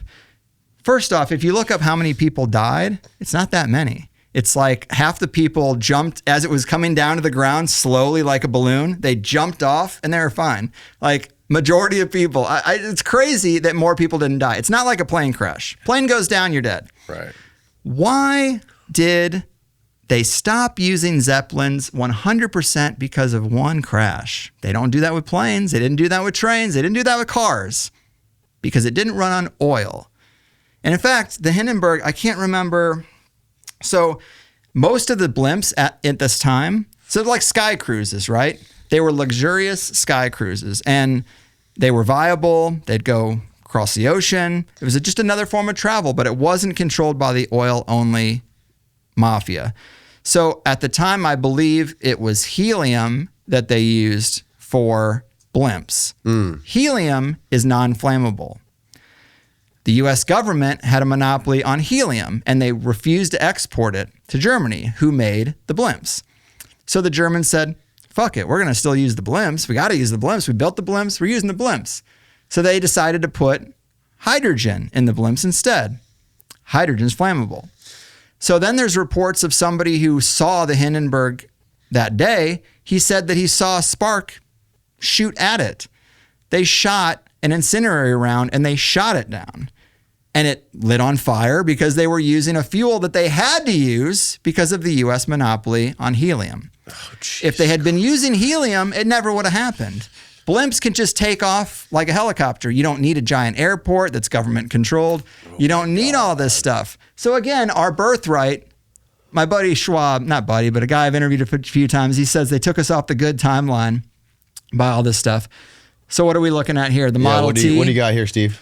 Well, this just backs up what he's saying. Like cars originated as ethanol powered, and then gasoline came up, and then ethanol died because of Prohibition. Yeah. Right, but what is the connection? What is the link between, is ethanol and alcohol? Ethanol is just alcohol. It's just alcohol as a fuel. It's corn. And now in today's world, it's corn. They say 10% ethanol. That means 10% fermented corn. What? It could be 100% if we let Henry Ford's vision take hold. So here's another weird thing. Henry Ford, I own the book, but I haven't looked at it. You'd have to get the actual name of it. Henry Ford wrote a book about the Jews. Very, very negative book. I think it's called like The International Jew, or like, it's bold. Just the title's bold. Why did Henry Ford? That's the thing. I'm not anti-Semitic. I don't even care. But I'm interested in why this guy who's considered an American hero for the invention of the automobile, I'm interested in why he has such a problem with Jewish people, to where he would, billionaire, but he's still willing to risk the blowback of putting out a book like The International Jew. It's interesting. Why? Oh, there we go. It is the name of it. The world's foremost problem.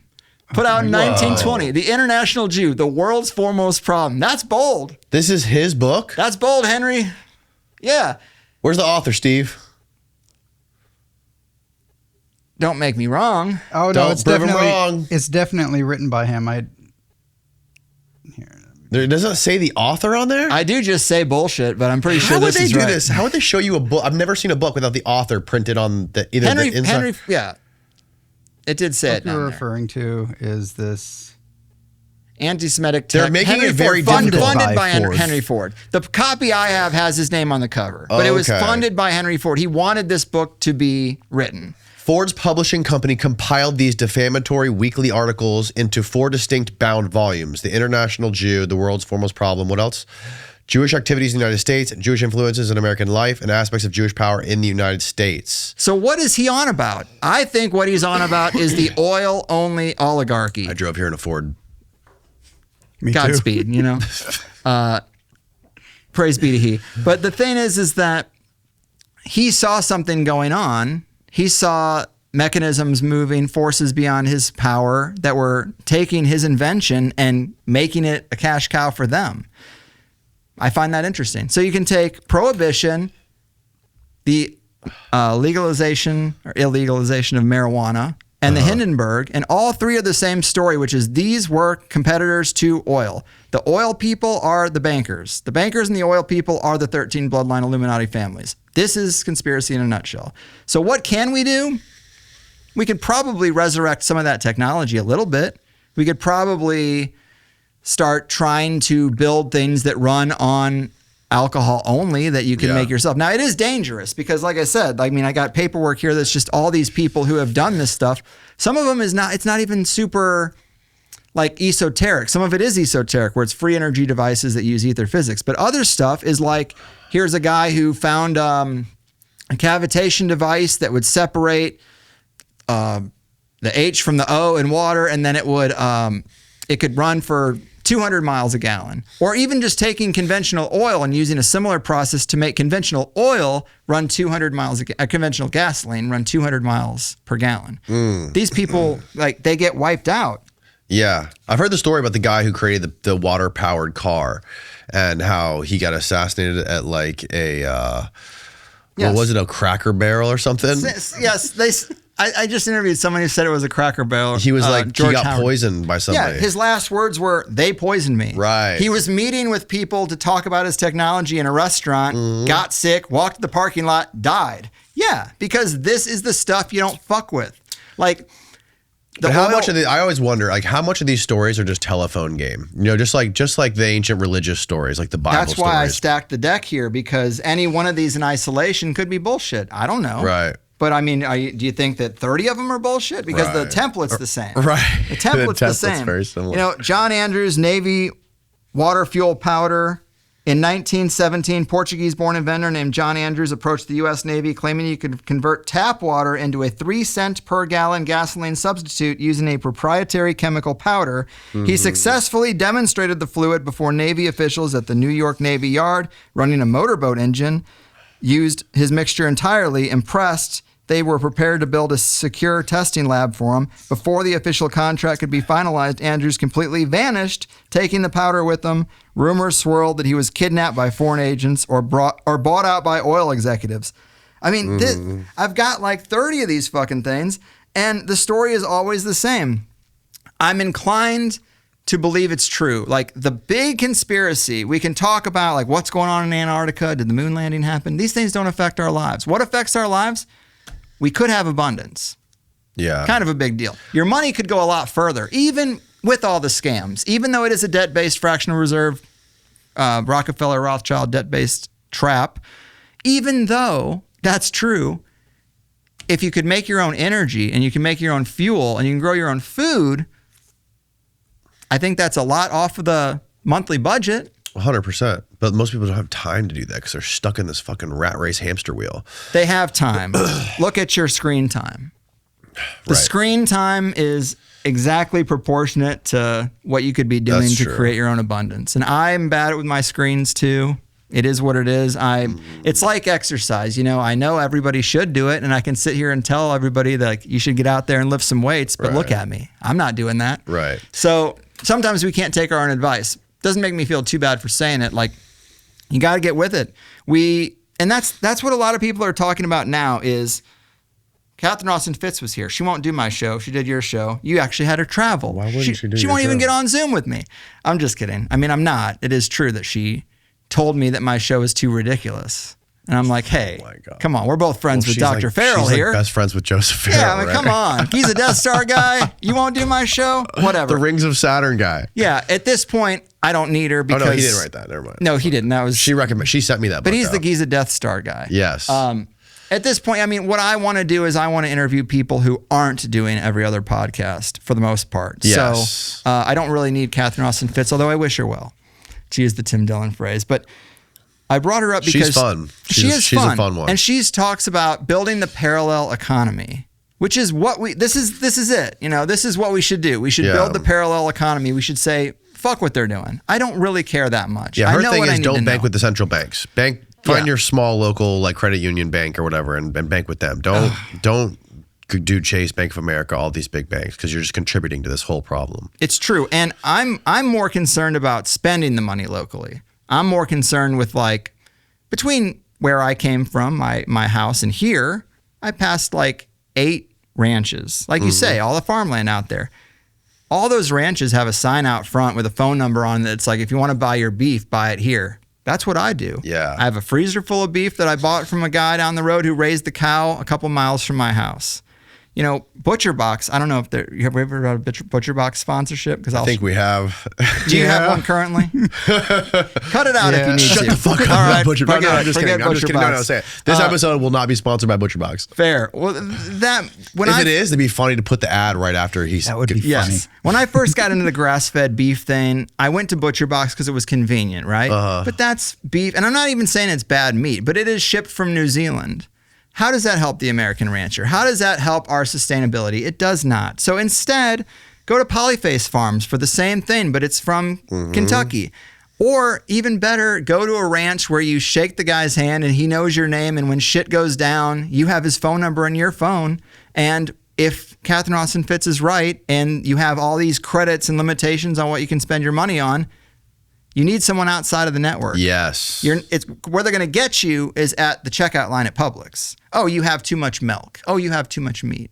They're not going to get you with the guy with the ranch between you and me. Right. So, or they're not going to stop you with your fishing pole. right. So I think the entropy thing that Dr. Heather Lynn talks about is great because it's really about slowly weakening everything, even pasteurized milk. I don't know if you've gone down the milk rabbit hole. I have. Raw milk, way better. Also, you can compare the nutrients of a farm, an egg that you made in your backyard. You have your own chickens. An egg that gets made in your backyard with free-range hens. Steve has chickens. Oh, yeah. Good. They're easy as hell. Oh, yeah. They're so easy. And they're so soft. Well, mine don't let me grab them all. But I don't that often. understand. I thought the healthy eggs were the dark orange yolks. Well, yeah, that's a visual cue that they're better in general. But Joel Saladin took his eggs and had them analyzed against farm fresh or against store-bought eggs, Right. and his farm fresh eggs are 5x. Same with we were doing with the fruits. Right. So the fruits are there, and then the meat has the same thing. The meat is 5x better if you get it from just a cow that was raised outside, just left alone. Yeah, I eat Steve's egg. I eat Steve's eggs that he gets from his chickens, and it's so different from the eggs you buy from Publix. Okay, so why isn't it working for me? I'm eating the eggs I grow myself. Why isn't it working for you? Well, I don't look like you. No, I kid. But the pasteurization of milk is the same story. Is they got everyone scared of bacteria in the milk, even though we used to have milkmen that just lay the shit on your front porch and you drink it whenever. So you drink only non-pasteurized? I don't drink only raw milk because Raw it's milk. hard to get, but I do drink raw milk as often as possible, and my kids drink raw milk. And it's what they're doing is they're burning out the What's nutrients. the deal with it? How's it different? Pasteurization is basically just heating it up, boiling it a lot. To kill the bacteria. To kill the bad bacteria, and as we know now, the good bacteria too. Right. So that's really, in a healthy system, that's the only bacteria in there is the good bacteria. Again, this is a psychological operation to condition us to be afraid of nature. Does it last the same amount of time? Does it stay good for the same amount of time as pasteurized? Yeah, I've bought raw milk that wasn't refrigerated. I went to a farm and they had it sitting out, and he was like, "Does this bother you?" And I was like, "Yeah, but I'm still going to buy it." And it was fine. But the pasteurization process, just like all the other things we talked about, it kills the nutrient content. So you're getting 30% of what nature could have gave you without boiling it. Right. And this is the game. It's like it makes us weaker. It drains our energy out. You don't even need to fold in fluoride in the water and glyphosate on the food. Just the food itself, it's been drained of its essence. Yeah. And they do this at every turn.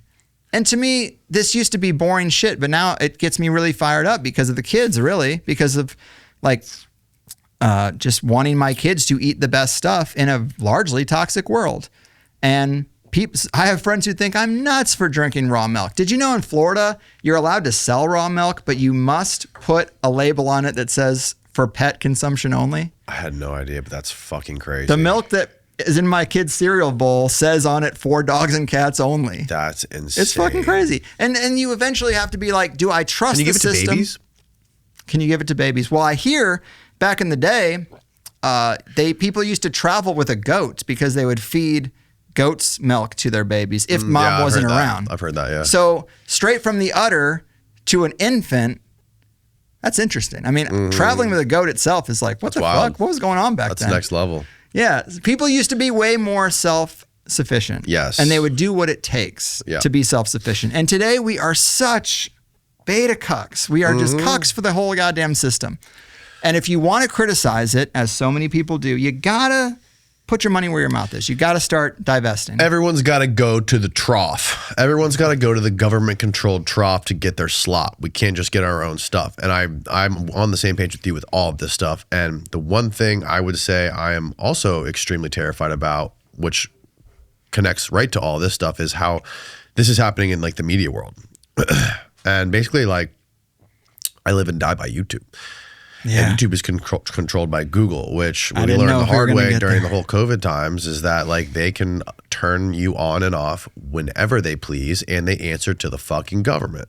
Yeah. I didn't think I would have much to offer you because you got such a tight ship running here, but my whole shit is independent. And now it's not 100% independent because that's almost impossible to do. Yeah. But I was very lucky that YouTube banned me from AdSense very early on. Like back when I still worked at GameStop, $1,000 was a lot of money. I had $1,000 in my AdSense account and they pulled it and they said, you can't do monetization on your channel anymore. And I was like, thank you, because I wasn't yet invested. And now I know I can't depend on you. And this was a decade before COVID. So that's why my show's only been video. And you still have the same channel? I have the same channel. I was out admiring the play buttons. They sent you the play buttons. They never sent me my play button. I'm owed a play button. Are you really? I have 100,000 subscribers. That's what you're supposed to get your silver button for. Those cheap bastards. Who are you guys going to talk to for me? We got to get that play button just so I can destroy it. Did you ever get your AdSense shit fixed? So funny enough, you got to fucking engage with the system for this stuff to work. But I did get a marketing company to start making shorts because I didn't want to do it myself. Yeah. And they had a contact and they got it opened up. Good. So my channel is still in shambles. You'll see my shows get like 8,000, 10,000 views. AdSense is basically nothing. We're going to light the fire on it now, but yeah, we are. I'm just a podcast primarily. Podcasts are way more nimble. RSS feeds, as long as you can broadcast them, anyone can grab them. And then you subscribe and you get the show. It doesn't require, in your feed. Again, an intermediary. Exactly what we've been talking about is they weasel themselves in between the consumer and the producer. Yeah, exactly. And they take. So you have YouTube and Spotify now. And that's most of the market. Mm-hmm. For a reason. Now, COVID is obviously okay to talk about now, but what will be the next thing? There will be a next thing. Probably when they roll out 6G and the next pandemic happens. Well, did you see that something just came out about Fauci and what Tulsi Gabbard just came out with this morning on about her Fauci? last day. On her last day, she's releasing all these files about him talking to the CIA and all this stuff that was redacted with the whistleblowers being threatened. It's like, again, this is where I talk about it's kind of like tabloid shit because I know what I need to know about Fauci and about COVID and about that shit. Right. I'm glad she released some stuff. Yeah. I hope it convinces some more people. Doesn't really affect my life, but it's good that it's out there. I mean, if I'm going to say, is it better to be out there or not? Yeah, it's better. Right. But there's always something like this. Disclosure too. Look at the pattern of it, right? It's probably just theater. Everything else seems to be. Right. And then there's the drip, drip, drip of disclosure. It's like, I don't give a fuck about disclosure. I've read dozens of books with hundreds of cases in there from people who've had bizarre experiences. Isn't it funny how the government disclosure story never really involves witnesses? Chris Bledsoe might be the only one. Why don't people go to the people who have experiences? Right. Why do we only care what military guys have to say about it? There's what blew hundreds my of mind the most about all of this disclosure stuff, what really like, at least what recently, my mind's always changing, but my recent mind change that I'm still on that trajectory of is when I talked to Peter Levenda a couple months ago now, and I asked him like what his overall take, what's your 30,000 foot view of all this shit? And he goes, I'll tell you, if I was the CIA and I was the government, I really wanted to know what this stuff was, I would go directly to the experiencers themselves and figure out what's going on inside their brains, take apart the radio and figure out what it is. He thinks it's all consciousness based. He thinks that's the core of this whole thing is consciousness. It is. I agree. This is the Gabbard releasing the Fauci. There's a know if couple we can reasons I share say it. it's all consciousness. A major one is because when you look at the data of the experiencers, they're so bizarre that aliens cannot account for it. You don't have a lot of people who see the same being in the same craft do the same thing. Right. It's like a dream. It's as bizarre as a dream. Right. So how can there be blob entities and mantids and fucking reptilians and all this other shit? Yeah. It's some kind of thing going on with the mind. Mm-hmm. And that brings us back to magic. I wish the occult scholars and the ufologists would get together more often. You know, you do the debates, you know, and stuff. Get them in here talking to each other. I got the list of names I would love to see. People and the ufologists. Yeah, like Dr. Stephen Skinner is a academic of occult texts. He's translated more than most people. What's his Stephen what? Stephen Skinner. Stephen Skinner. He's very good at what he does, and I would like to see him talking to more ufologists. But the thing is that both parties would probably consider the other one to be ridiculous and have no value. Well, Levenda's a good crossover between the two. He is. He's an odd duck too. He's got some occult stuff in his background that makes you wonder that he The doesn't. Necrogoblicon. Yeah, that he doesn't exactly advertise, and it's fine. But yeah, I think that the fact that there are books out there that we could buy on Amazon right now that a couple hundred years ago would have gotten you skinned alive to possess, that alone is interesting. Why? If it's all bullshit, who cares? Right. It's because it's not bullshit. But it is equations for summoning certain energies. Maybe they're demons or whatever, but certain energies, and these energies have real world effects. Right now, just like the energy monopoly, there's a monopoly on magic, and it's only the bad guys. They're the only ones who use it. But I think magic is absolutely real. There was a guy, Neville Goddard, in the 50s. There was this movement, New Thought. It sounds kind of new agey, so I wasn't really into it, but I listened to some Neville Goddard lectures, and it really sold me.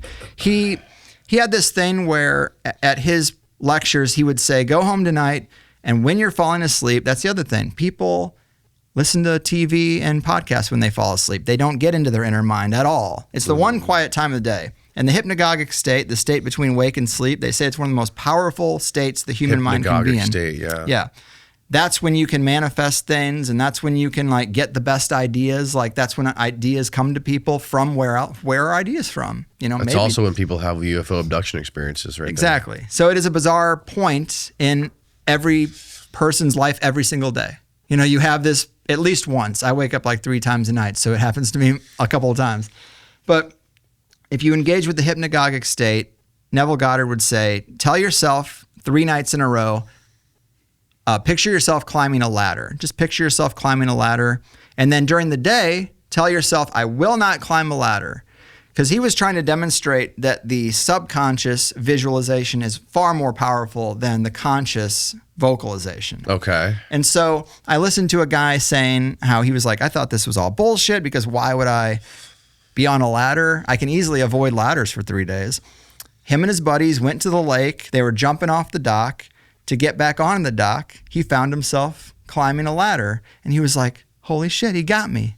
He got me. This is just one example that when you tell your subconscious what you want, it will bring it to you. There is a magnetism to it.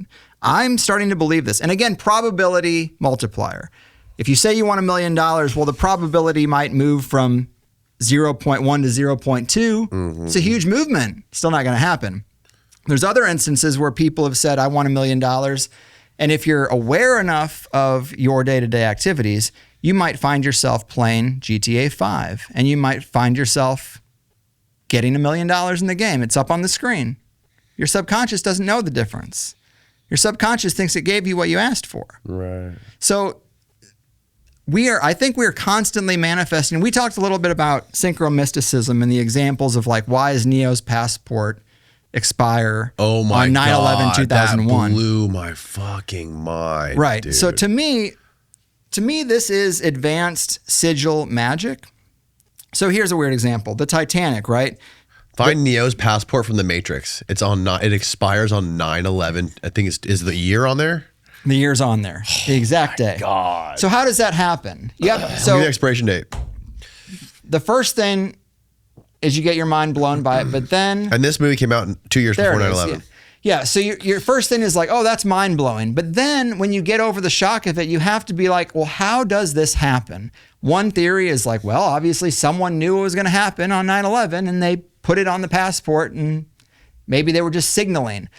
When you see these things in media before they happen in real life, the main theory is the karmic theory, that they have to tell us what they're doing for them to avoid the karma of it in the grand scheme of things. The elite have to tell us what they're going to do, and we have to not stop it.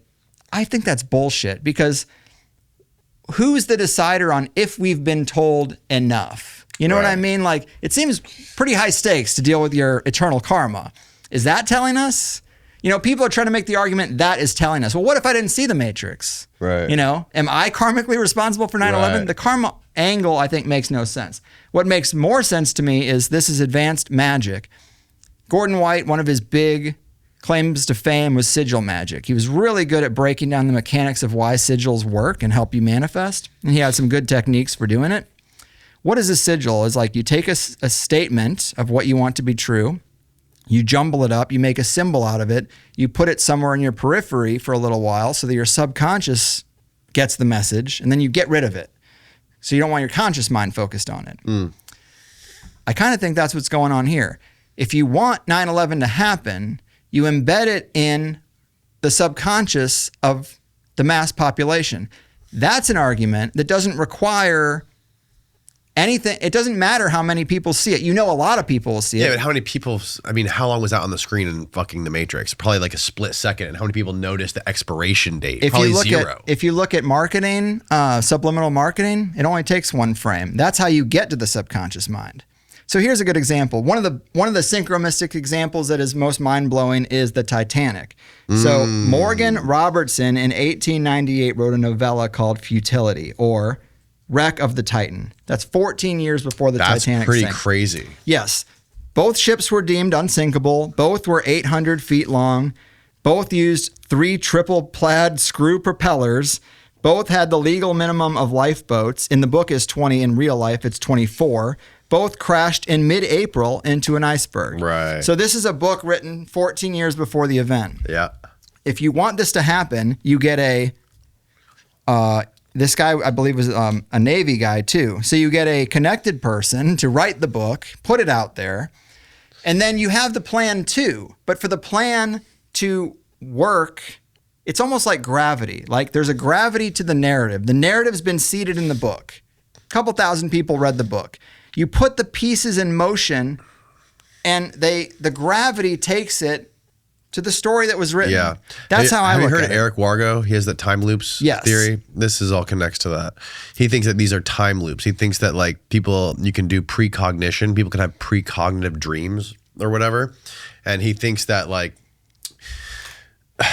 I don't know exactly how to explain it. It's a tough one. I was gonna let him try to do it because I knew it was gonna be tough. But basically, it's like it's looping time, right? So it's like the past predicting the future. Yes. and the other way around, right? Yeah. It's like the future already happened and is echoing through time. Yeah. That's a very bad way of explaining it, but basically, essentially, what was happening is people are having these dreams, right, about things that are happening in real life later. Mm-hmm. It's and hard they can't to figure out how to explain. explain it. It even happened to him. But it's like, so there was a couple people who couldn't figure out what was happening, and what they started doing was recording every single dream they had immediately after it happened. Yeah. And after they woke up. So they had a recording and a date of when that dream happened, and they would be able to map that or match that with things that happened in real life.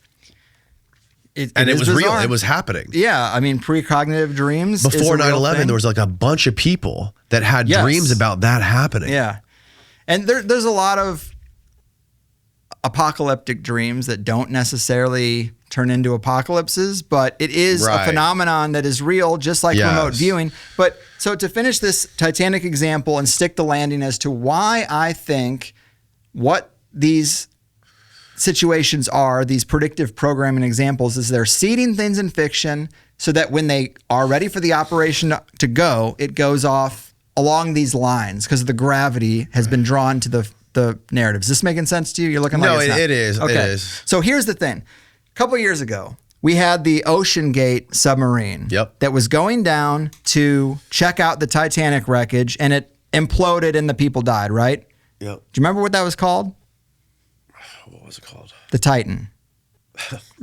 The Titan is the initial name of the Titanic in the book. So my mind says there's a narrative embedded in the subconscious of reality that the Titan goes down in this location. Initially, it was the boat. Sure, they made it as close to the book as they could, but the script is still running in the timeless subconscious reality. Yep. So when the Titan goes down, reality says, oh, that's supposed to crash. That's supposed to go down. And so it does. And what's it called? Ocean Gate. What's the term used for all scandals? Is gate, Watergate. They named the submarine Titan because it was going to explore the Titanic, right? I don't know why they named it, but to reality, it doesn't matter why it was named. Right. The reality says, oh, this is what's supposed to happen because it's been seeded in the subconscious, in the greater subconscious. And so it does happen. Mm-hmm. My thing is that we all have this ability. We have this ability to seed our own stories in our own subconscious if we work on it like a muscle. But we don't even believe it to be possible. They've engineered it out of us. As Dean Radin said, they killed off a lot of people who had the innate ability. They monopolized spirituality. They've dominated all of our time with economic concerns and real world material concerns. We don't ever go to the inner world. The inner world's where the power is. The inner world is where you can manifest things that you want, and people can mock it and say it's dumb all day. I don't give a fuck. I'm 40 years old. I believe it to be true. I'm doing it, and I'm going to continue to do it for the next 40 years, and I'm going to die. Yeah. If I'm lucky to get to 80. So I guess I'm past like convincing people. I mean, it's my job. You know, it's our job to present, to help researchers and knowledgeable people present controversial counter takes, right? And I like doing that. But in just everyday waking life, I don't care if my friends think the moon landing was real. I just don't care anymore. I don't care if they think 9/11 was just as they told it was on the news. It's like if we laugh and we have fun and we have shared history, a lot of my good friendships are based on drug history. And I'm done with drugs in my life. So I'm not going to get new friends that are this tight, you know? Right. So we got to let that stuff go. The problem is COVID made conspiracy scary to other people. Like, and we all had kids at the same time too. So here I am. COVID is a big psyop, and they're like all traumatized by it. We have kids. I'm not vaccinating my kids. It's another reason I had to leave California. You cannot put kids in school without vaccinations. You cannot. Wow. Very, very hard to do. I even had a pediatrician who was I thought it was bad here. it's great here. It's terrible there. I had a pediatrician who was basically willing to lie. She kind of said how she had lied before. And In California. Yeah. Obviously, I'm not going to throw her under the bus, but she had gone to Sacramento many times in campaign and been like, "This is dangerous. Stop making kids do this." But at her job, she was a pediatrician. You realize, as you know, with kids, you realize that if you don't vaccinate your kids, pediatricians don't do anything. They measure the kid's head and they measure really how long they don't. are and they get the weight and they give you the percent and they say out the door. But why should they do anything? If your kid is healthy. And then if they give you percentiles, and Yes. if your kid is not in the right percentile, they farm you out to a bunch of other people because Yes. you think, oh my God, I have a problem. My kid's not normal. Yep, exactly. There's all these mechanisms where you get into the It's secondary a system. fucking industry. It's a machine. Right. And if you don't give a your meat grinder. yes, and if you don't give your kids 60 shots, there's nothing for a pediatrician to do. My kids don't go to a pediatrician. There's no reason to go. They've both only been sick a handful of times. And if you go to the naturopaths and they say, what is a fever? A fever is your body's response to trying to burn off the toxin that's in your body. So you let a fever run. If you give pills to suppress a fever, the toxins stay in the body and you're sick more often. Your body has to go through a detox phase every 3 months instead of every 12 months. Right. I've tried this and it's worked. It's scary to do when it's 2 a.m.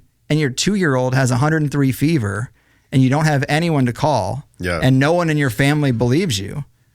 It's scary. Yeah. Luckily, me and my wife are on the same page. We let these things run their course. Our kids are the healthiest kids I know. By the way, Greg is a doctor, if anyone was I am, curious. yes. So he is sanctioned to give legal medical advice. It's true. It's true. That's funny, man. It's just True. crazy. I completely agree with you, man. The whole thing is a crazy fucking scam. Yeah. You know, all the way down to hospitals too. You know, like hospitals. Every time somebody gets into a hospital, it ends up just being a long cascading effect of more and more. It's just the problems snowball when you start to get your foot in the front door of this fucking crazy meat grinder industry of medicine. They don't give you any quality food. You're in an EMF soup. You don't get to see sunlight. Right. And that's the thing is our bodies do heal themselves and our bodies will heal themselves in spite of all that. In a lot of cases, when you come out of the hospital, you say, oh, the hospital fixed him. Or his body fixed himself in spite of all the bullshit. Mm-hmm. Like when we get a cut, we just leave it alone. We know our skin will heal. When you break a bone, you have it set so that it heals the right way at the right angle, but you just let it heal.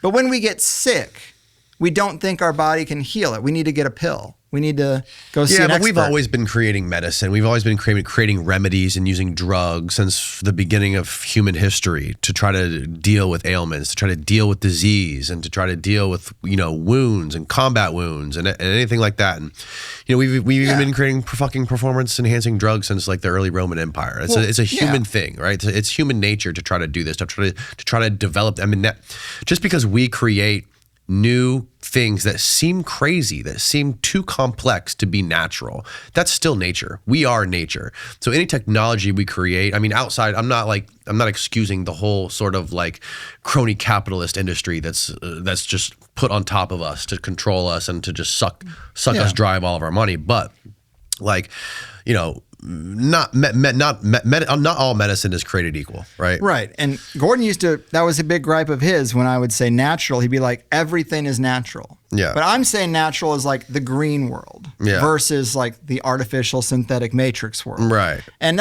people know what you mean, but there isn't really better language for it. But yeah, herbs work and nature provides medicines. Mm-hmm. But the idea that is popular today is that when I get sick, I should go get a chemically synthesized artificial chemical that was derived from oil. Again, oil-only oligarchy. Mm-hmm. And then that's going to fix me. Or you might take pills for a week and get better in spite of the pills you were taking. Right. But your mind says, oh, thank God I had those pills. Thank God the doctor told me to take the pills and then I got better 2 weeks later. Mm-hmm. Or your cut heals on its own, your bone heals on its own. Your symptoms go away on their own. Right. It's kind of the paradigm I operate in now. But yeah, of course, nature creates things that are very helpful. What's crazy is these apps where it'll tell you what a plant does. I went around my property. There's all kinds of plants that are just there that I didn't plant, but I would snap them and I'd be like, what is this for? Yeah. And they all have a laundry list of positive uses. Really? And it's like, yeah, I haven't chopped anything down because maybe I need the camphor plant. The camphor is good for like anti-insects and shit. Yeah. I remember when I was a kid, when I used to get really sunburnt, my mom would just slice open her aloe plants in her backyard and rub it all over my skin. I'd be healed by the next morning. Yes.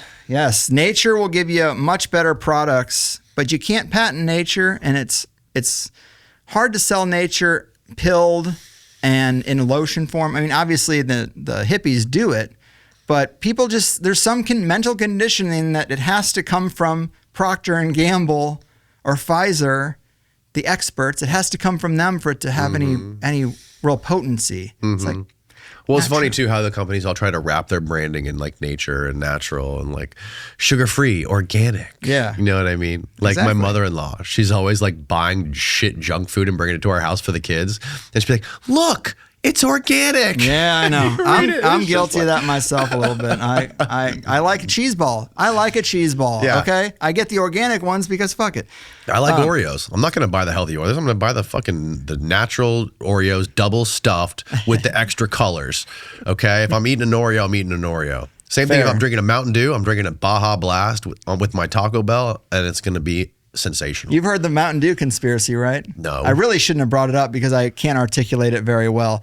But there's a conspiracy that every time Mountain Dew launches a new version, it's right before a big disaster that equates directly to that branding.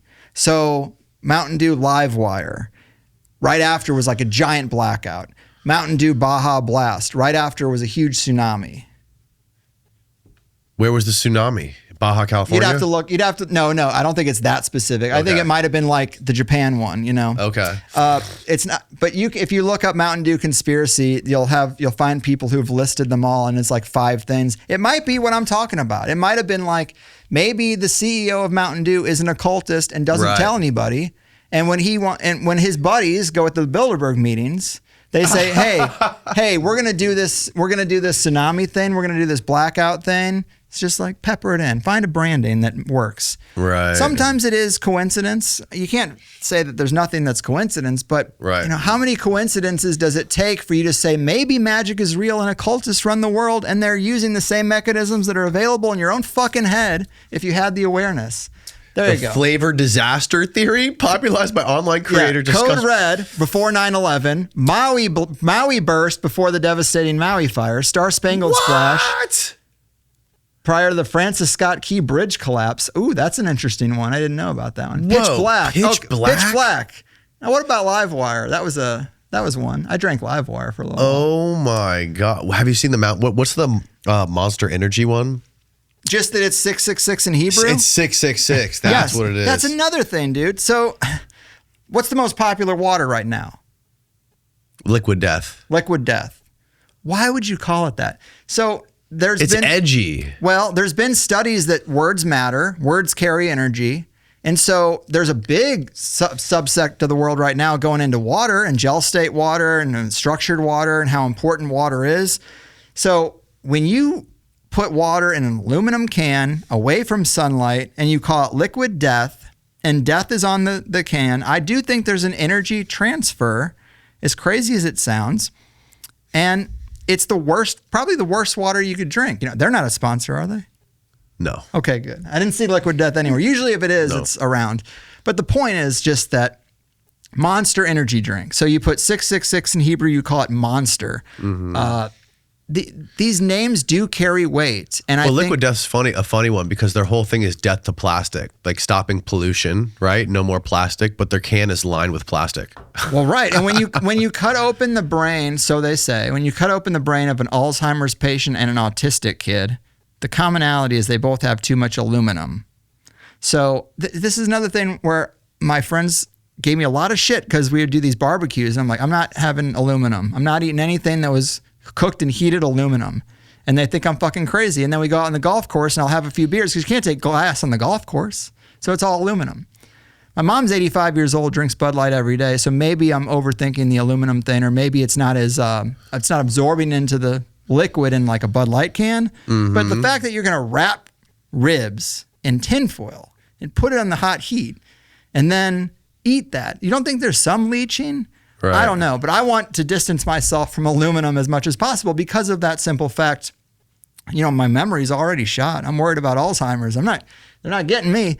I'll write it all down. But I do want to keep aluminum away from me because of that. And aluminum cans.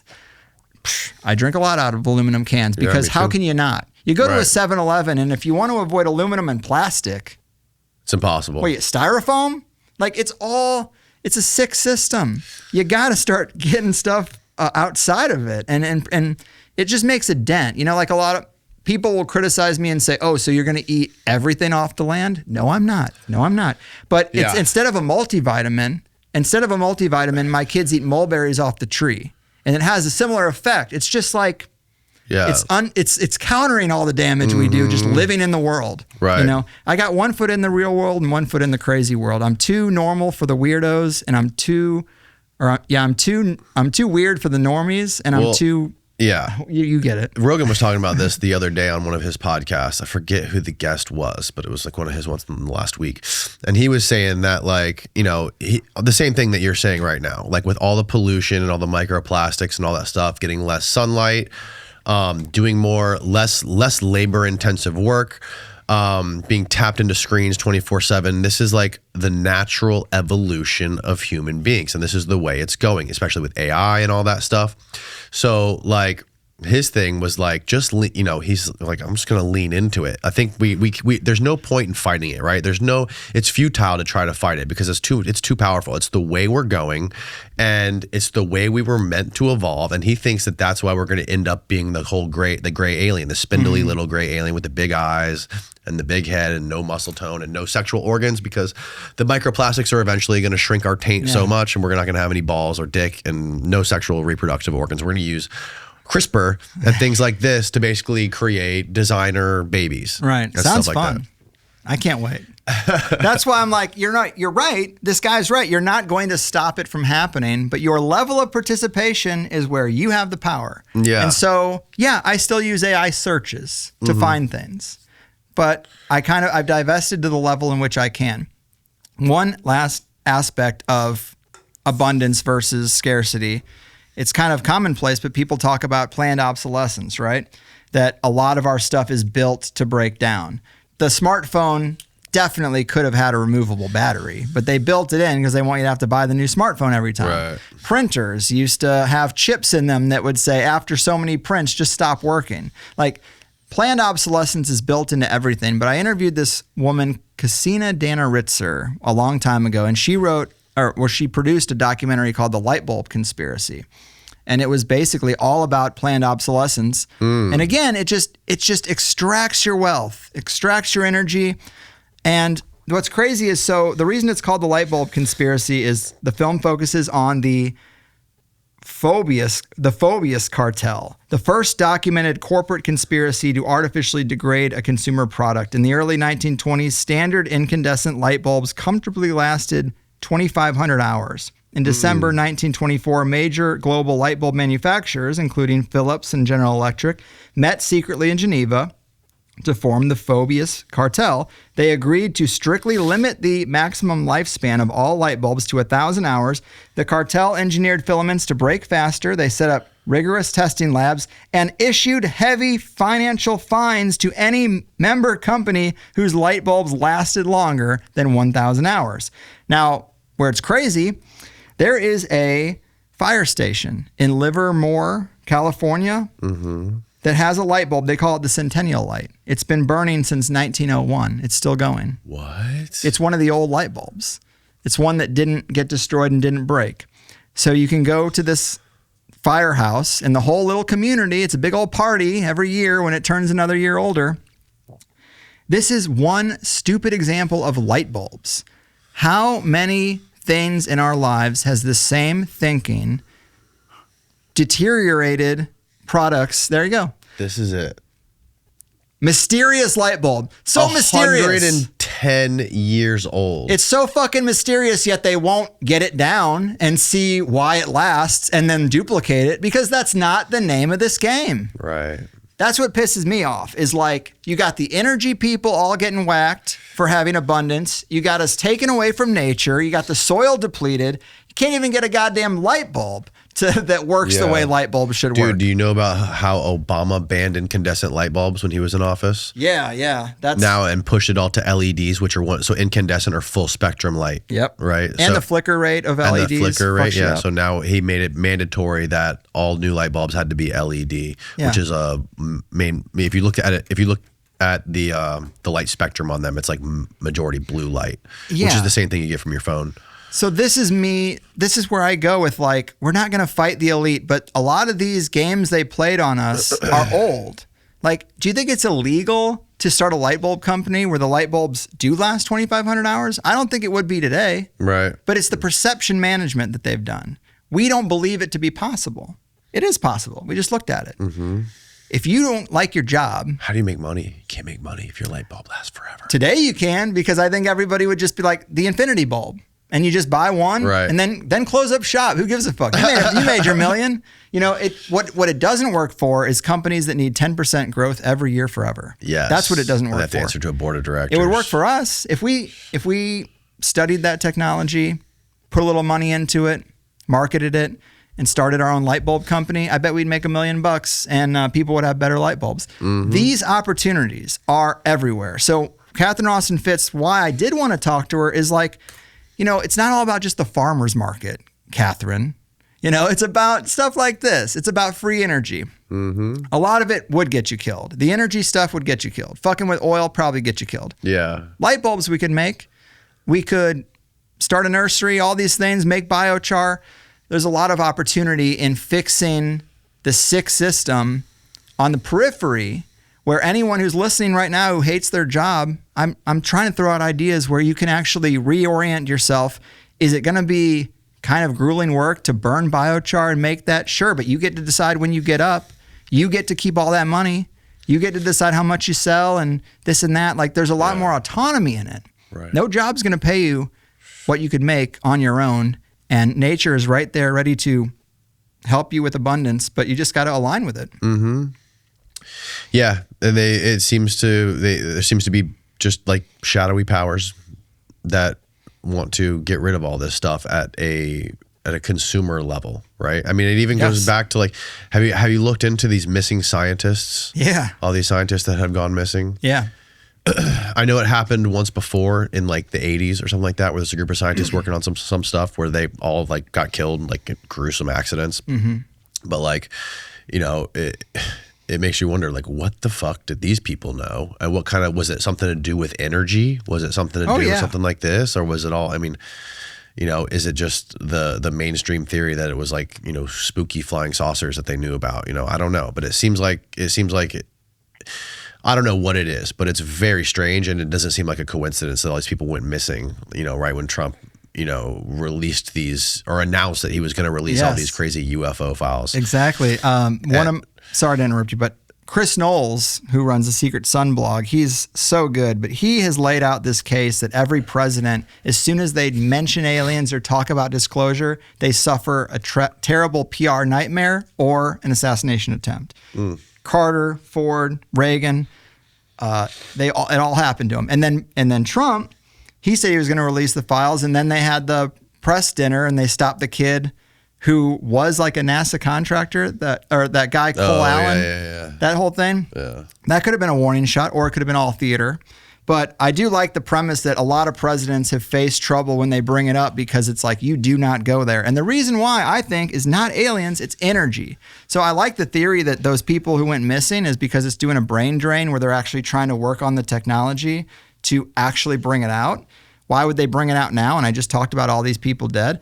There's no markets left. AI is a giant bubble. There's nowhere to make money anymore. So I like the premise that disclosure is coming, because they're going to say, oh, these aliens did give us this technology. We didn't know how it worked. We spent the last 100 years trying to reverse engineer it, and now it's ready. And now we're going to open up new markets with this technology. Yeah. Because it deflects away from all these fucking murders. You know, it deflects away from the fact that you've had it the whole time. It doesn't need aliens. It's right here. People have done it. It involves the ether. People have known about this, but you can cover it up. You can obscure it by just simply saying, oh, the aliens gave it to us. And I think they need the energy for the AI data centers. If they want the control grid, if that's the number one thing, ubiquitous control over everyone, digital currency, IDs and all that, if they want that and it requires this much energy, it's the only thing where you would run the calculus and be like, it's worth it to put it out there if it gets us this. And that's what I think will happen. You know, we'll see. But that's where I'd put my money, is that we will see the rollout of this stuff. Once people get over the rah-rah alien thing, it'll be about the technology, and then it'll be about implementing it in a way that the AI data centers can run, because they cannot run on the current allowed energy infrastructure. So they have to open up other things to get it to work. And that's the only reason they would do it, is because they want the control grid over everything else. Right. We were just looking at the one that was the Grok data center yesterday on the podcast. Colossus, that's what it was. Freaking insane. The thing's massive. Yeah. And they want to put, I know there's like proposals to get more data centers in Florida. There was one, I think, that was like shut down that was supposed to go into Orlando or something. And I also heard they were trying to put one in near Tampa or like Lakeland. I worry about that because they need water. That's the issue, right? And we have great water. They need like natural water runoff or something. We have great aquifers and underground water, and so we are primed for it. But we have hurricanes, and I think that they will avoid building them here because of the hurricanes. I'm hoping, because they put them everywhere else. Or when we do get hurricanes, all the power companies, they just rush to the data centers and they leave all the neighborhoods just like to waiting until they get the data centers back online. There's that theory too, that the priority will be the data centers and people will be without, which is why, here's some alternatives. Here, get a generator now. Yeah. The sun will probably still be there. Yeah. It will get difficult, but building the parallel economy is the best move. Getting in touch with your own inner world and your own ability to manifest. Like the whole sigil thing, I think people know that sigils are, you write out a statement. First off, with the sigil statement. Like a logo, right? It can a logo. be. You see the logo and you automatically get the feeling of what it means, what it tastes like, Yeah. So the thing that starts with magic is like, people don't even know what they want. You think you do, but have you ever articulated it into an actual sentence, what you specifically want? A lot of people don't. They know they want more money. They want greater health, greater success. The universe doesn't understand that. You got to be a little more specific. I want $7,000 by next Thursday. Right. Stuff like that. So the thing Gordon White was so great about, and anyone who's interested in magic should go to Rune Soup before it maybe gets taken down, since he's dead now. But with the sigil magic thing, what he added to it is Rune Soup, like rune magic, and then obviously like talk soup. He was playing on two things there, but his biggest contribution was probably sigil magic, and he would say he had this shoal, like fish go in schools. They call it like a shoal, like a group. A school. Yeah, a school. He said shoal for some reason, and also the robofish. So his principle was robofish because, and he was always great with like making things fun and using real analogies. But they discovered in the lab that if you make a robotic fish, other fish will follow it because it acts with confidence. And they're like, oh shit, he knows what's going on. I guess I'll follow him. And the robofish will lead a school of fish. And this is just a phenomenon that happens. Yeah. So he applied this to sigil magic, and he said, if you want to manifest your goals, you have to lead your subconscious to get the wheel turning, because we don't spend any time doing it. So make a group of sigils, launch them all at one time, psychically launch them, like concentrate on them at the right time, but launch them at the same time in a group, not an individual, and create some that will manifest. I will have coffee tomorrow morning. I will drive to Publix tomorrow and buy potatoes and tomatoes. Make a sigil for those things. Add a sigil that says... What do you mean make a sigil for them? Do you have to do something write out else? The sentence. So writing it is creating a sigil for it? No, you write out the sentence, you cross out the duplicate letters, and you cross out the vowels, and you take the leftover letters and you create it into an artistic symbol. This is all just to get past the conscious mind. That's why it works. It's like you're just trying to program your subconscious and get past language and get past this stuff, just to the idea, the core idea. Right. And then if you help your subconscious along, you're gaming it by seeding some that will happen. So you add the ones that will happen. I will watch The Matrix tomorrow, and then make sure you do it. Right. And then add in one that says, I will find the love of my life before the year's end. And you will. The theory is that you will. Or I want my dream job. See, even dream job isn't specific enough. I want to create a $1 million biochar business within the next 3 years. Right.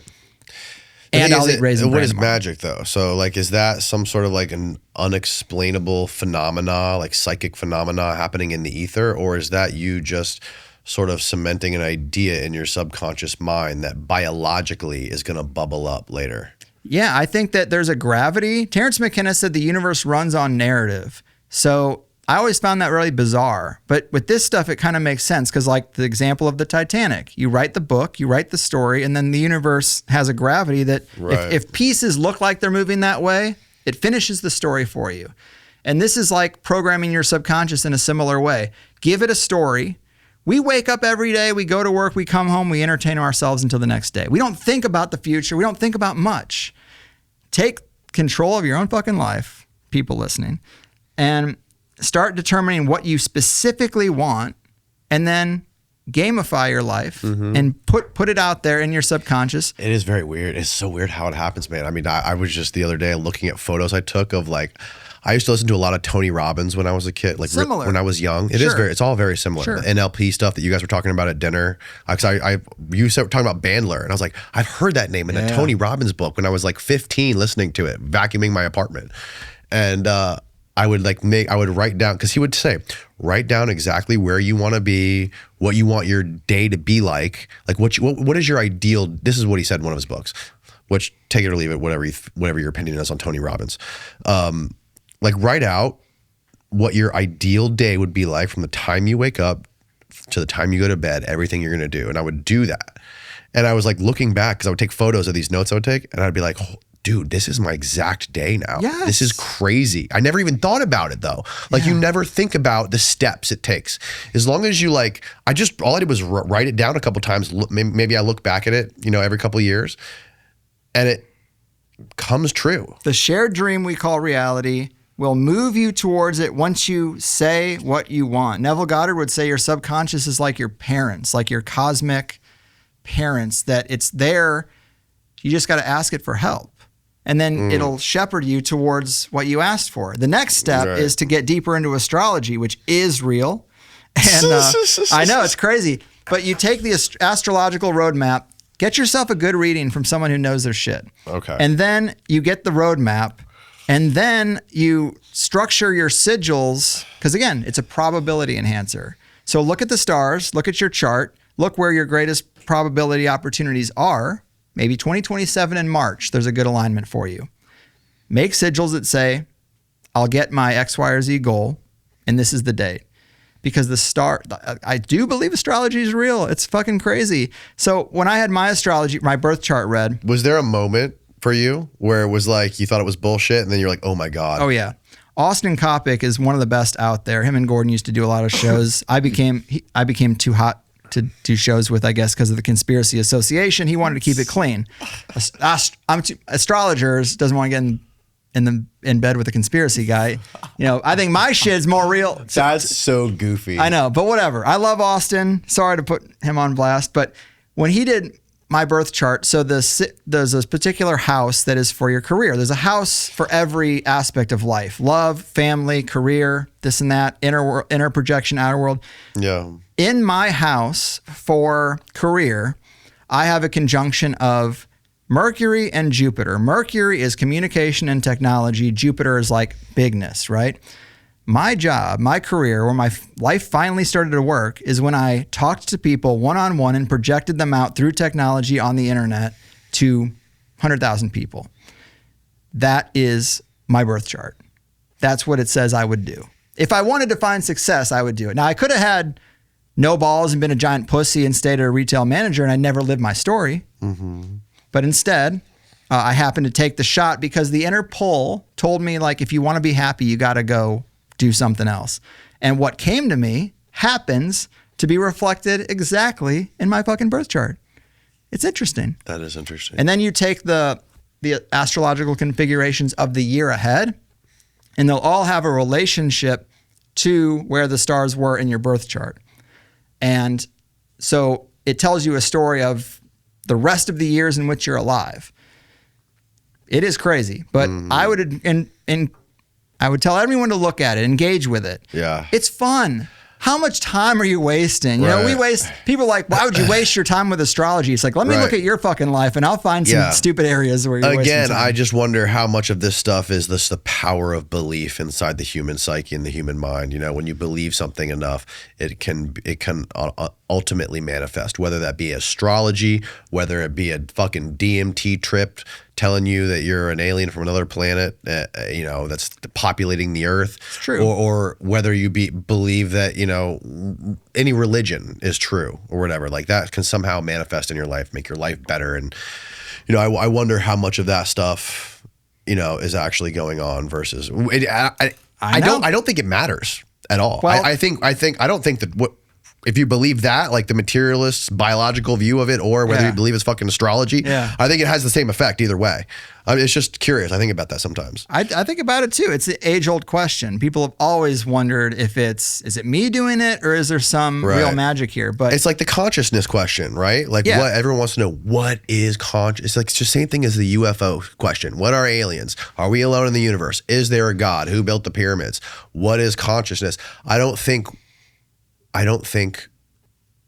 we are supposed to find out the answers to that stuff. That's kind of true. I think my life is more fun with astrology being real, and I'm also skeptical. I come in with a skeptical but open-minded approach, and I just see example after example after example where it does work. And eventually I said, you know what?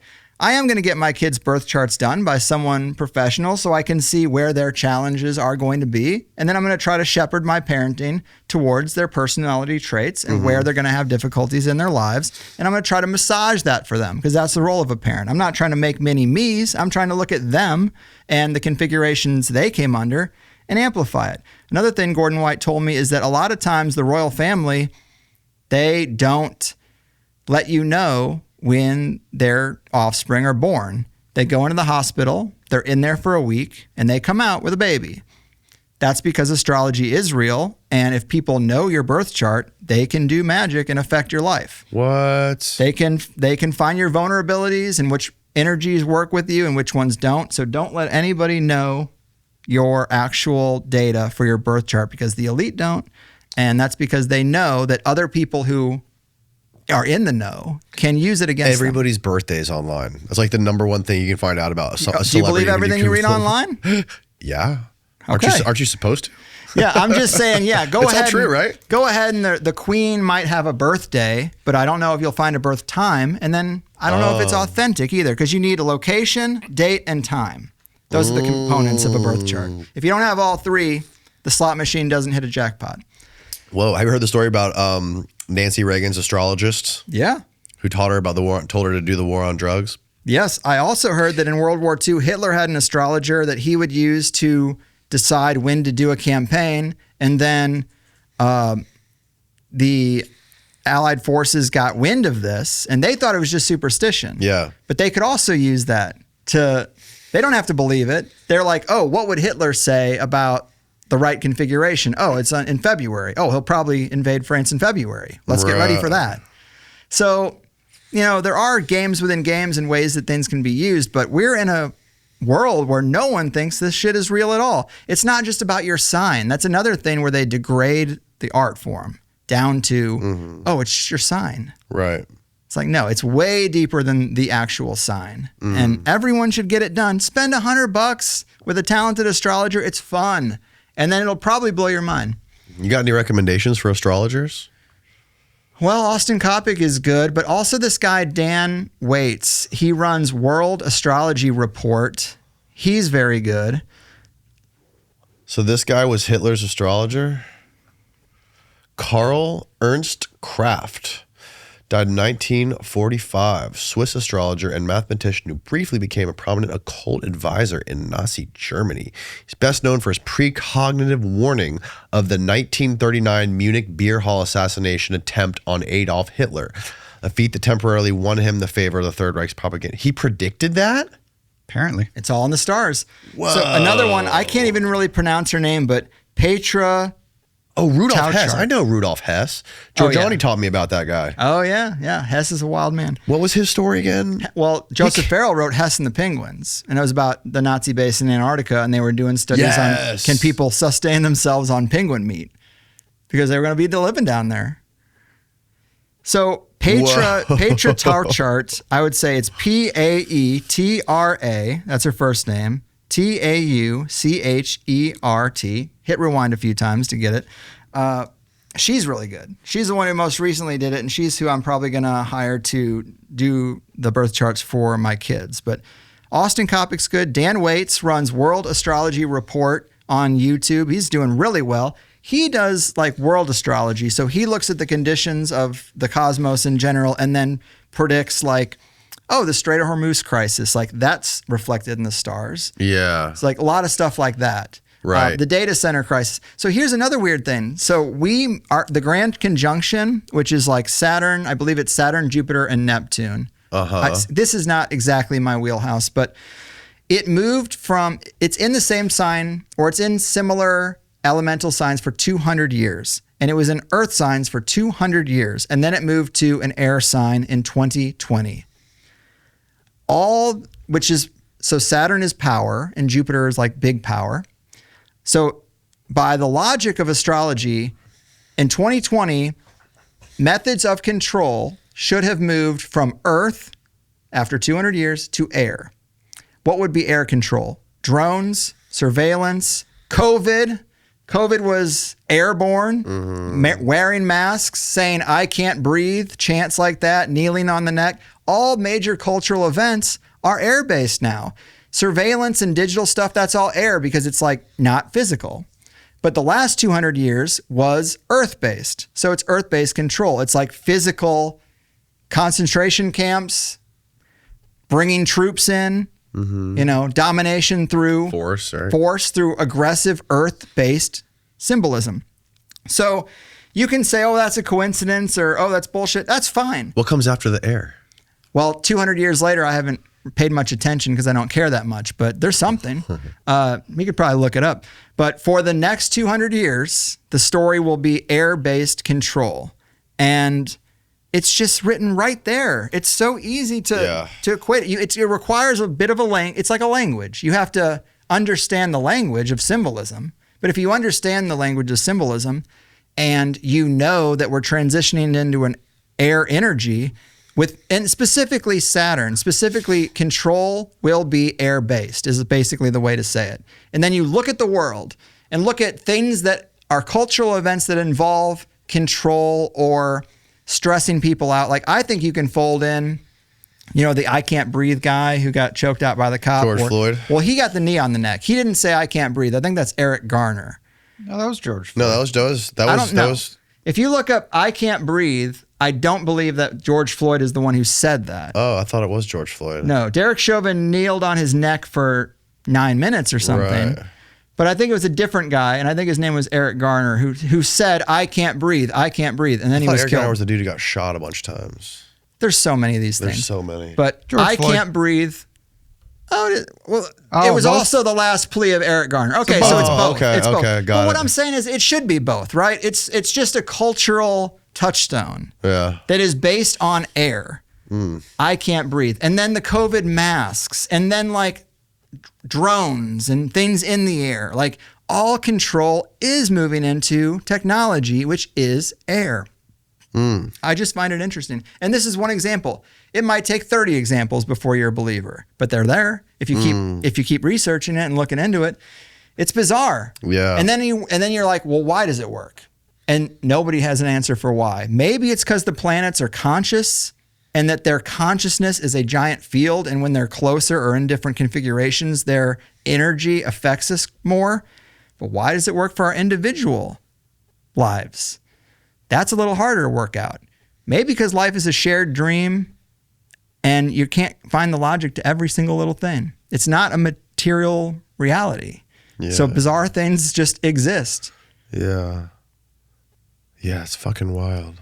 Life's more fun when you believe magic is real. It is more fun. And a lot of I people agree. think the elite are using magic. And instead of just, I guess that's the point, is like instead of just obsessively trying to figure out what Marina Abramovic is doing, if you think the mechanisms of magic are real, then study them and how you can apply them.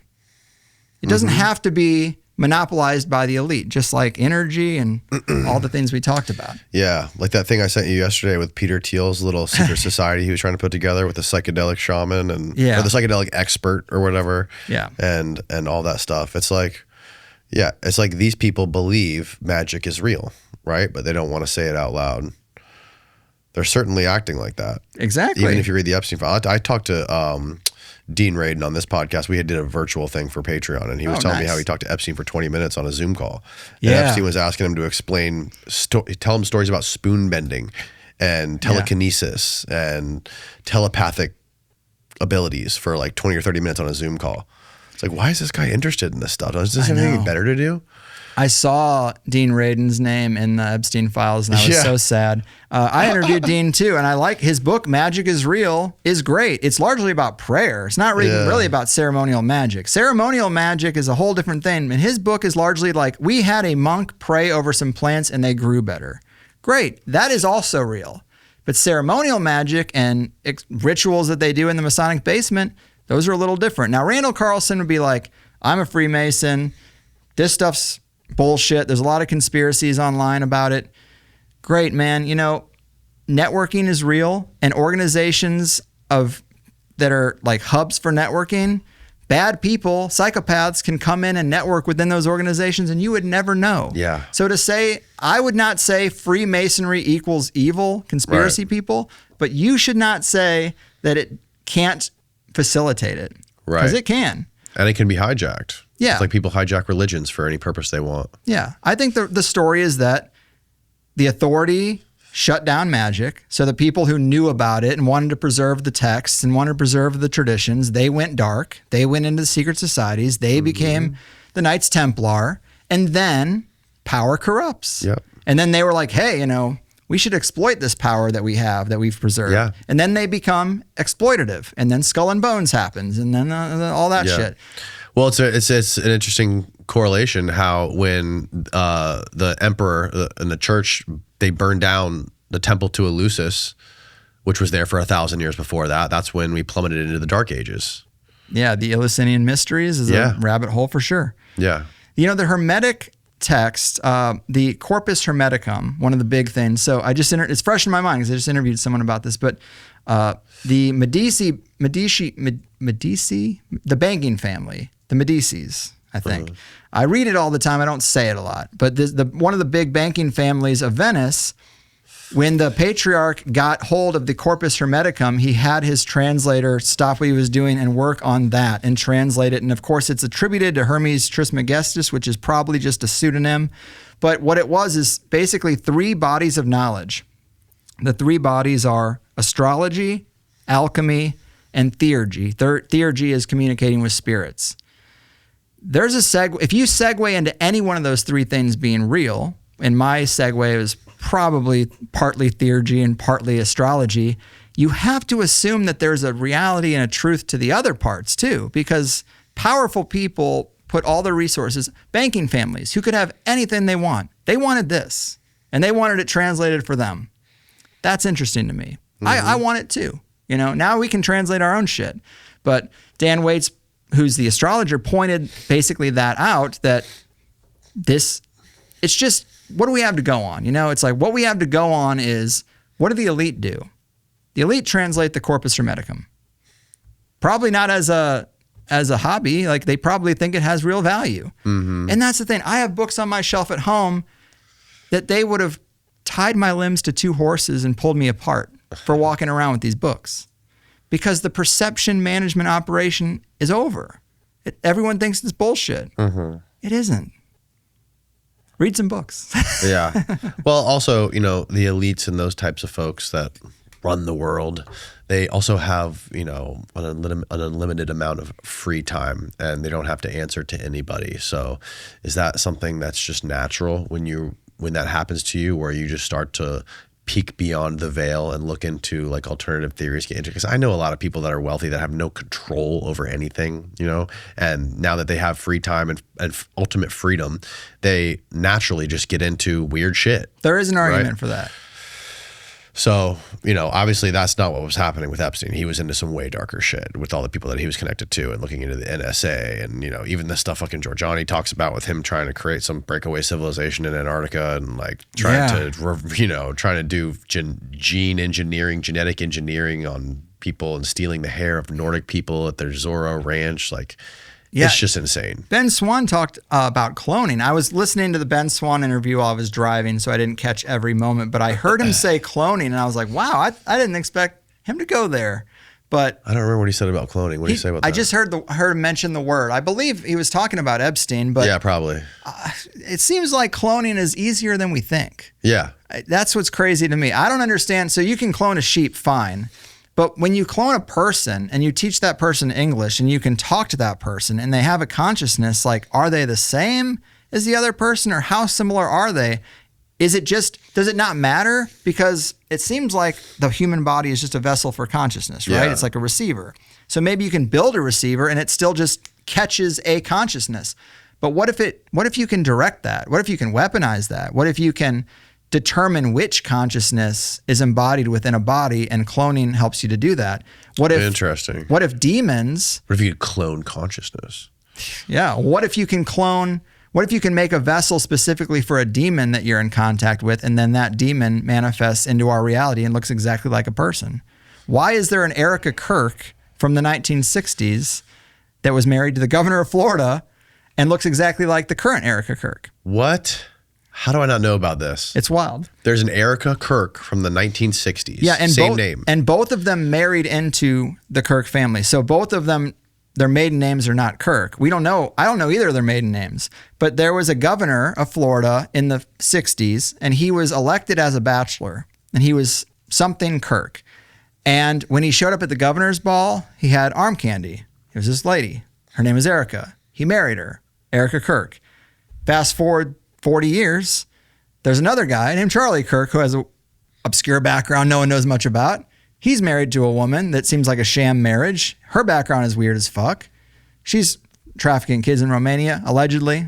I don't know. These are just the rumors. And her parents are in intelligence. And her name's Erica. And she looks a lot like this other chick with the same name. And they both seem like they're given to men. Claude Kirk, yes. So you can find pictures. That's not the best one, but you can find pictures where they look a lot more similar. I'm not necessarily saying that they're clones, but I'm just saying they have parallel lives. And that itself is interesting. Whether they were created in a lab or created through conventional means, it just seems like there's a pipeline of attractive young women. Are there any other photos of her, Steve? Definitely. What if you scroll down? There you go. That's a pretty good one. I see a little Erica Kirk in that face. Look at those eyes. Look at those eyes. I think you're being generous. I found more. Oh, look at that one. Photos. There you go. Look at that one. Oh, far right. Far right. Oh, there's her. The one holding the baby on the very. Oh yeah. Look at the one with her. The side by side. No, yeah, the one you're on, Steve. The one you were on a minute ago. Blow that one up. Change the hairdo to a modern hairdo. I can see it. He looks like a fat Charlie too. I'm just kidding. But I really think. What happened to him? I don't know. But I just know that it just seems so strange that there's a pipeline of attractive women given to men who have moderate power. Mm-hmm. Charlie, governor of Florida, it's not real power in the grand scheme of things. But what is that? You know, why does Taylor Swift look just like the daughter of Anton LaVey? Oh, that's so crazy, dude. And and like that's where magic comes in. Like, pull up Taylor Swift, Anton LaVey's daughter. Zaina LaVey. Zaina LaVey. Zeena, I believe. Dude, this is insane. Why do they look so similar? Do you seen Jack Johnson? The musician? Yes. The guy who did the Curious George theme song? The musician Jack Johnson, the fucking surfer musician guy. Probably both.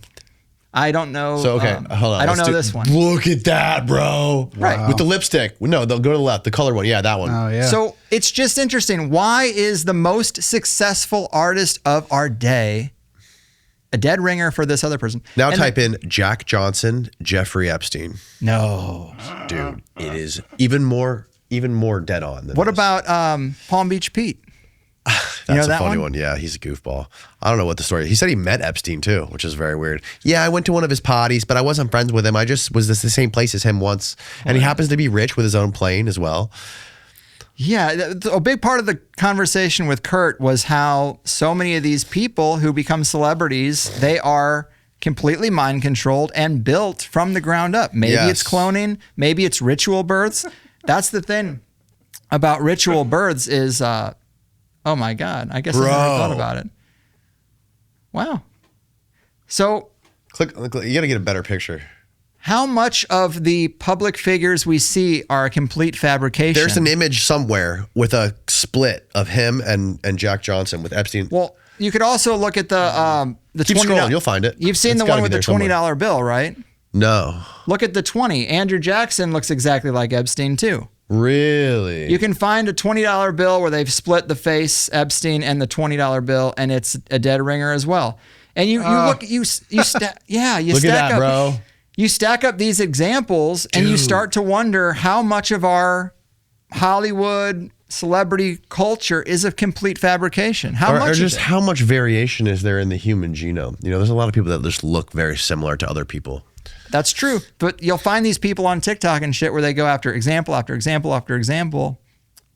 It's interesting. I don't know what to conclude about it, but you'll also find that a lot of these people, their backgrounds are weird too.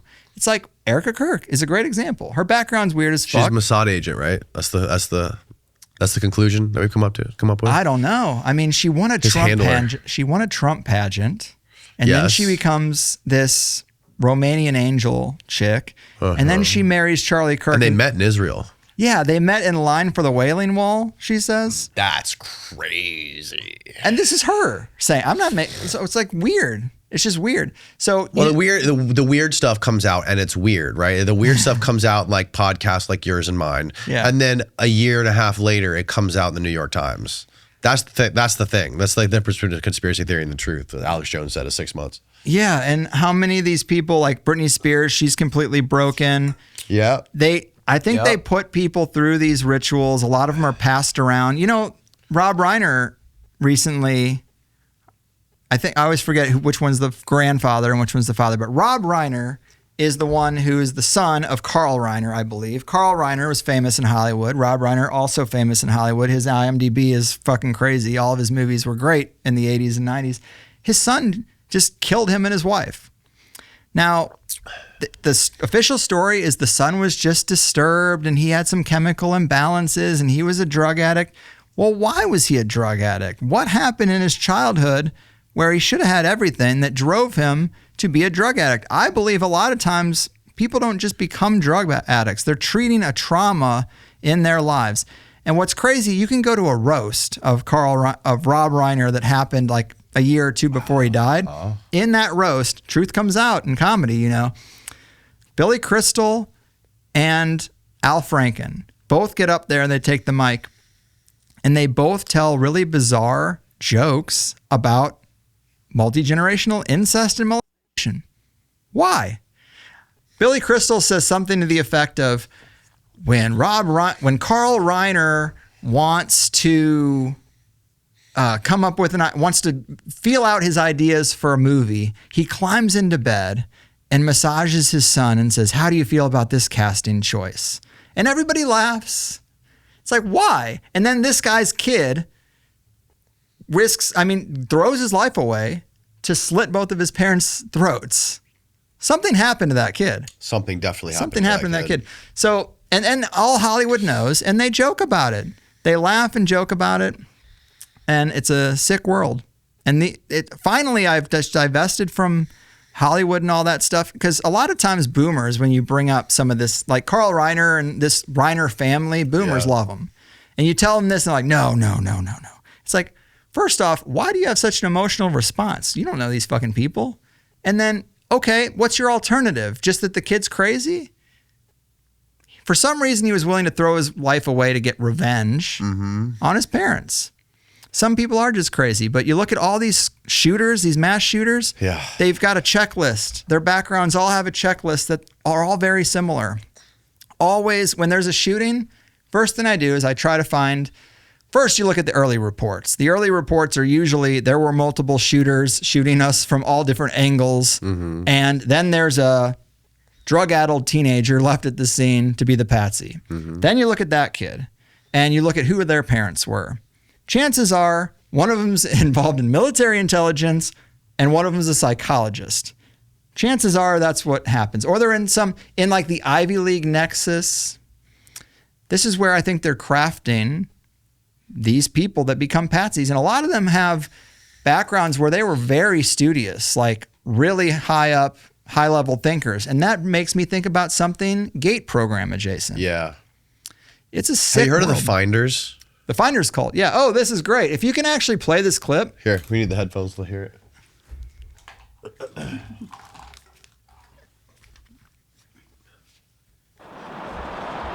But what I respect most about Rob is his deep, almost suspicious love for kids, and he freely gives them his time, his money, whatever it takes to get them into the van. But you know, revenge. Through his work for kids, Rob has become a major, wonderful political activist, which is a code name for unemployed movie director.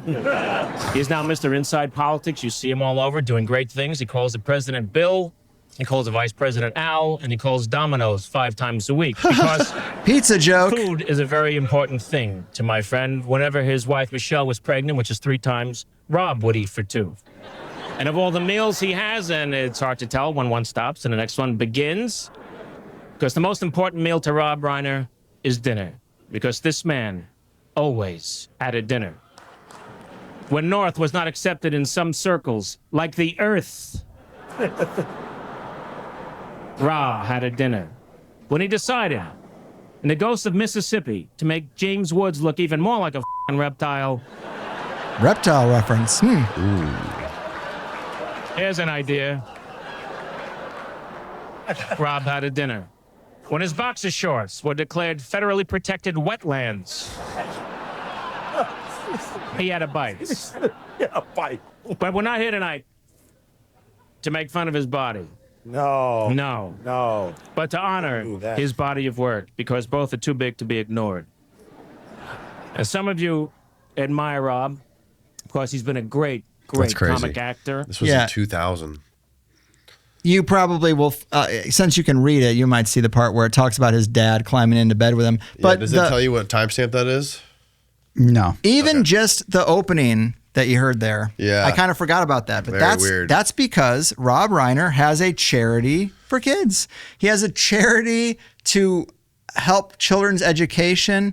And it's just like, why? As I've grown up, it's way weirder to me to care about other people's kids. I'm not saying that we shouldn't care for underprivileged kids, but some celebrities, as Billy Crystal said, have a suspicious interest in other people's kids. I don't want to get too crazy here with something that is, not talked about a whole lot, but Rainn Wilson, Dwight from The Office. The Office, right? Yeah, of course. Yeah. He has I'm a just trying to chair. picture. I never watched a lot of it. I'm trying to remember which one was Dwight. The nerd with the glasses. Okay, got it. And the great hair. He has a charity to help underprivileged female girls in Haiti, specifically. I believe it's Haiti, third world somewhere. Why? Why are you concerned about that? Why not the kids in LA on Skid Row?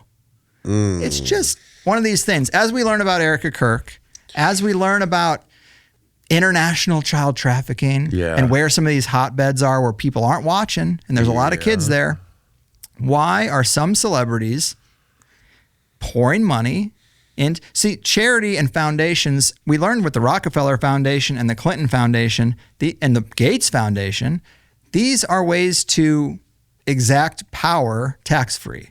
They're not charities. They're using their money for power to achieve goals in almost every case. And I think it's a template that Rockefeller started, and then he rolled it out to other people like the Clintons and the Gates, Bill Gates. So the charity is like a smaller scale version of the same thing. Right. I know. And why does every billionaire have to have a fucking big charity and pound their chest about donating to philanthropy? Yeah, because Rockefeller learned that you get good PR from the dumb idiot people who can't see past what you're doing. So it's a double win. You get to do what you want to do. It's a triple win. You don't have to pay taxes on that income.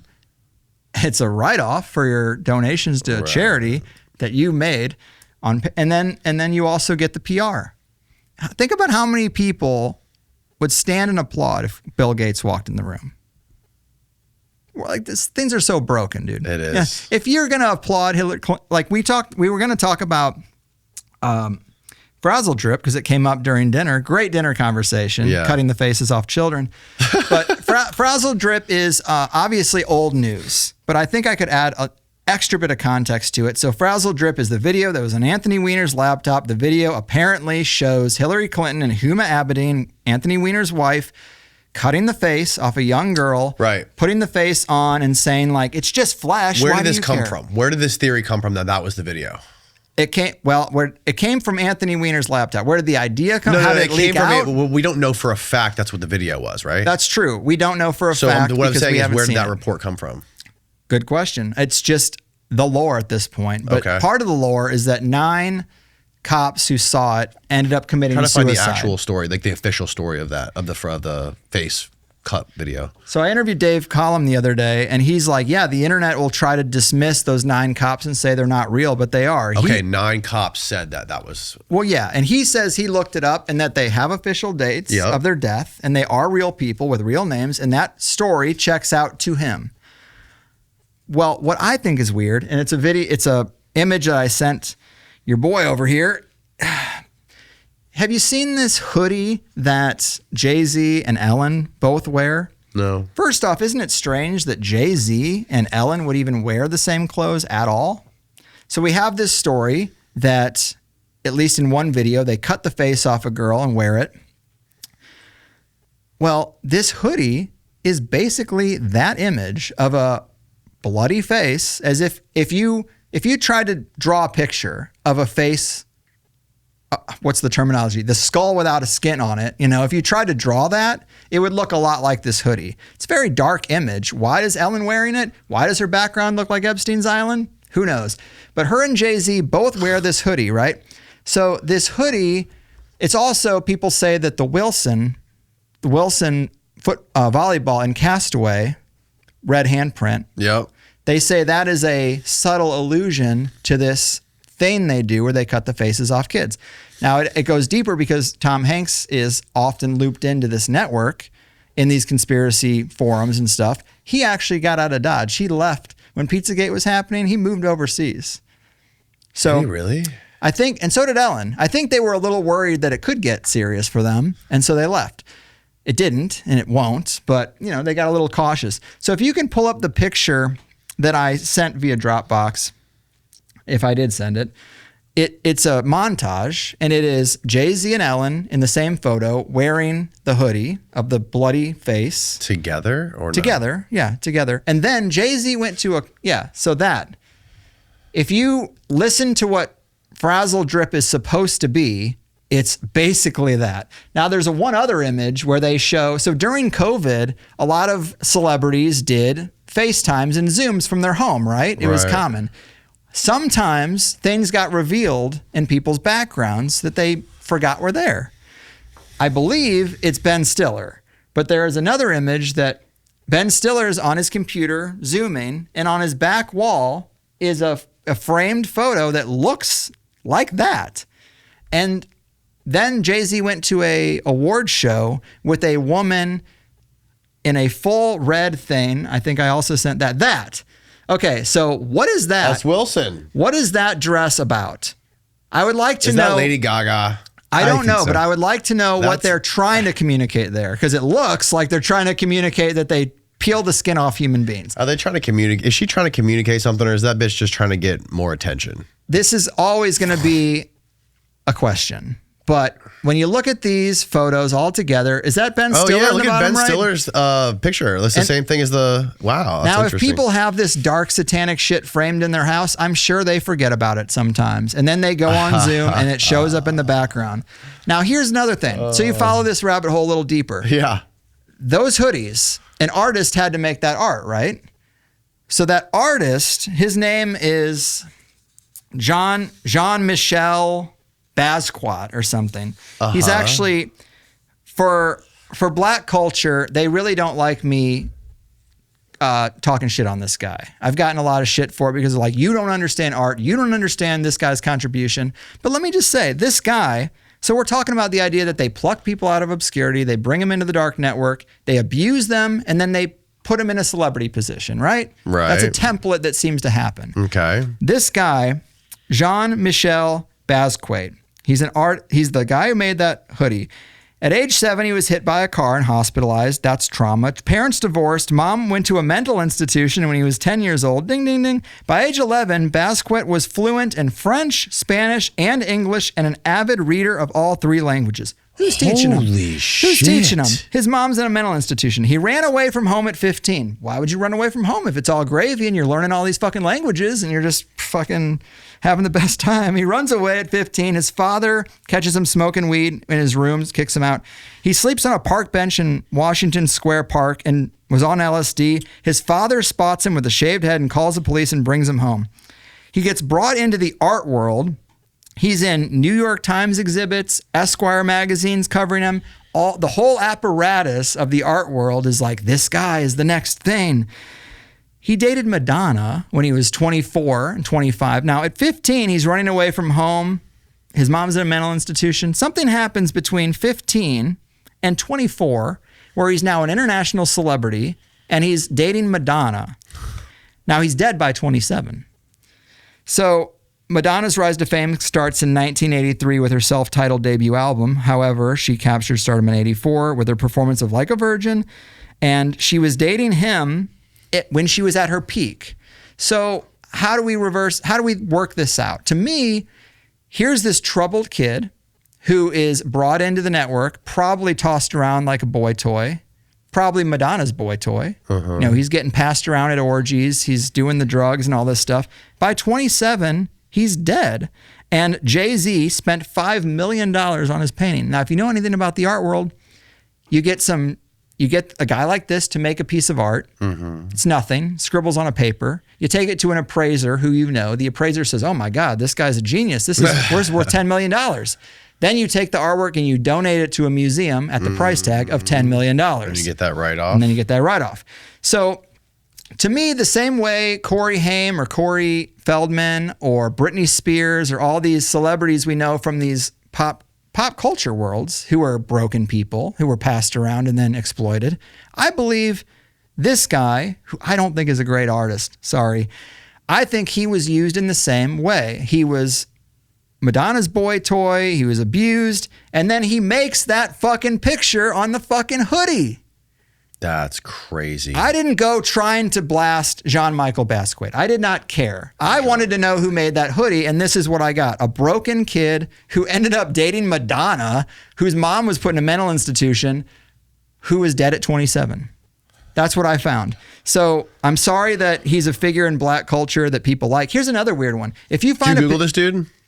I'm still trying to find the frazzle drip stuff. Don't. It hurt me. I've seen a picture that was was told was a frame from the video, just a frame, a still shot. It broke me. You don't want to go deeper. You don't want to go deeper than 90%. I went too deep. I'm gonna get choked up just because it's stuck in my head. Really? It's fucked up. Like, it's not a game. You know what I mean? Like, they have pictures of this shit? Well, what I saw looked like a faceless little girl. And I was told, one person who presented it to me, that this was a still shot from Frazzle Drip, that they couldn't show me the whole thing. I don't want to see the whole fucking thing. Is that it? Oh, dude. That is not it. That is not it. But You can't show that on the podcast. No, I'm not going to show it. Okay. That's not it.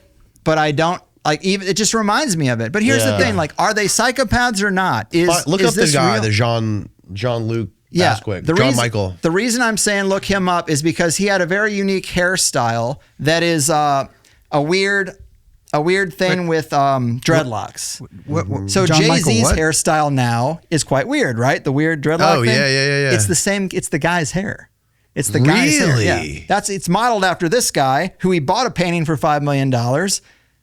Who did the faceless art. I believe that he saw some shit and that they were like, They like to flaunt, you know, they like to brag. What? That is not him. What's his last name? It's Basquiat. Baz. It's in bold right here. Just get the spelling right. Oh, that's okay. He must be French. There it is right there. It just popped up, Steve. Basquiat. All right. So yeah, there's his bullshit art. It's nothing. Actually, his art's kind of cool, bro. It's not worth $5 million. That one on the top left is pretty badass, and so is that one with the fucking alien and the crown. If we had nothing else to do, we could do that. That's pretty sick. If we bro. had nothing else to do, we could do it. So that's him. And That's him with fucking... Is that another what's his freak. name? What's that guy's name again? Andy Warhol? Andy Warhol. Warhol, yes. So look, this is nothing. This is the General Electric logo and some bullshit splattered on it. And they say it's worth $5 million because it's all money laundering. That's all art, though. That's all art. Well, it's money laundering. But hey, Jean-Michel Basquiat, I think his shit is a lot better than Jackson Pollock. Well, yeah. You seen Jackson Pollock's art splatter shit Yeah, the CIA yeah. used to fucking... Yeah. So I was only interested because I wanted to know what the story was behind that hoodie. So this is the kid who was with the Madonna. Yes. And Wow. he's dead at 27. I think the whole thing is suspicious. And I believe that they like to flaunt their criminality. Let me see some more of his art. And so they hired him to draw that stuff. Dude, that's fucking sick. Well, a lot of this, if you were to go to trauma therapy and That's badass. Listen, if a psychologist was like, draw your traumas, it would look like this. Right. It's demons. And so there's the Jay-Z hair. Look at that. Yeah, That's yeah, exactly like Jay-Z's current hair. So Jay-Z thinks this dude is super cool and he wants to do the same kind of hair. He clearly wants to channel something about this guy. That's have a like shot punk of- rock there it art. is. There he is. Yeah. I Yeah. mean, it's Maybe Jay-Z just admires this dude. I mean, dude, his art is pretty dope. he does admire him because he drew the faceless kid for him. Right. But dude, I mean, I've seen some shit that just went a little bit too far, and Yeah. it became it's not just provocative fun. Like if these people are actually and killing and torturing children, we have to stop applauding them when they walk into a room. Right. It's not fun anymore. Like that's why I say sometimes conspiracy stuff is tabloidy. When you really go down and you get super deep and you start becoming a public figure where people send you stuff off the record, I mean, I'm a little broken by some of the stuff I've seen. Yeah. Especially having kids. I didn't think Right. it would affect me that way. And then when you see it, you just changed. Like it makes me realize I believe 9 cops would have killed themselves if they saw the full video. I also really? believe that there'd be a cleanup crew too that killed anyone who watched it. who saw it. Right. And so how did that video happen? Well, the theory is that I don't know if that happened at Comet Ping Pong. Some people try to say it did. But there are Ben these Swan said there was actually a basement there. Yes, there are these places that are rigged with cameras, and then they get people to do nasty shit.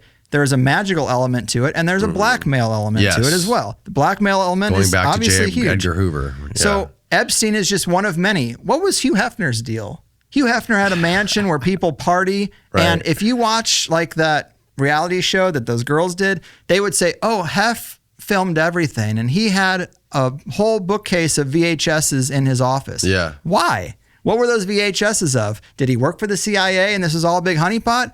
What about Diddy parties? I wonder if Hefner was in the Epstein files. I think I've looked. And I'd be I don't- shocked if he wasn't. Yeah, I think I have looked. He was Jewish, I believe, and this is an element that comes up time and time Dun, again. dun, dun. Hey, Henry Ford, don't shoot me! Don't shoot me! Don't kill the Talk messenger. to Henry Ford about that. But yeah, I think that if you look at Nick Bryant stuff and the Franklin scandal, it's always these. Yep, not in the Epstein files. It's always these mansions that are party places with Yeah. underage girls and Yes. drugs and cameras in the walls. Mm-hmm. In the 60s and 70s, a lot of artists spoke out about Vietnam and this and that. Nobody speaks out anymore. Everybody toes the corporate line. Yeah. Because they're all getting stuffed 3 ways a Sunday at these parties, and the videos are all over. You know, when the Tate murders happened, when Charles Manson's Yeah. cronies went and killed Sharon Tate, the cops said they found celebrity porn in the house. Really? Celebrity porn. How did I never heard this? Yeah, it's obscure, but celebrity porn to me is code for like that kind of material, blackmail material. There also, what's weird about that is, again, with the parafictions, was this Roman Polanski's tapes or something? Was this connected to Roman Polanski? Yeah, Apparently I think I have directed heard them. this actually. He directed the porn. I have heard this. And all that. But Rosemary's Baby, the movie he made, actually mirrors Sharon Tate's life quite a bit. Mm-hmm. The movie, as you know, is about a woman who wants to be an actress, so she gets involved with a satanic cult and I think gives up her baby or something, or pledges her baby to the thing. Mm-hmm. Well, was she pregnant? Was Sharon Tate pregnant when she was killed? Mm-hmm. I think so. I could be mixing stories, but I'm pretty sure. But here's some weird satanic psychos who break in and kill her. I think there's a much deeper story there, and I don't even care about Charles Manson. I think he's just an MK Ultra, whatever. They put him in the music industry for a while. Yep. He was too crazy for them. Beach Boys. Beach Boys, yeah. So I'm way more interested in. Yeah, he was joking. He knew she was pregnant. Oh. Oh well, no, I didn't know I that. was kind of stoner mind. Really? Could be, but yeah, she was. Yeah. I'm way more interested in what was going on in that house. And then if you look at the celebrities and artists who have purchased like the house and they buy Marilyn Manson bought it with Trent Reznor, and they recorded an album in there. 9 Inch Nails. I believe 9 Inch Nails, Trent Reznor is another guy who has an obscure charity that I'd be curious about. It's crazy. These are the things I look for. I don't know anything. I'm on the outside. Yeah. And I don't want to over speculate, but time and time again, celebrities with broken brains have weird backgrounds.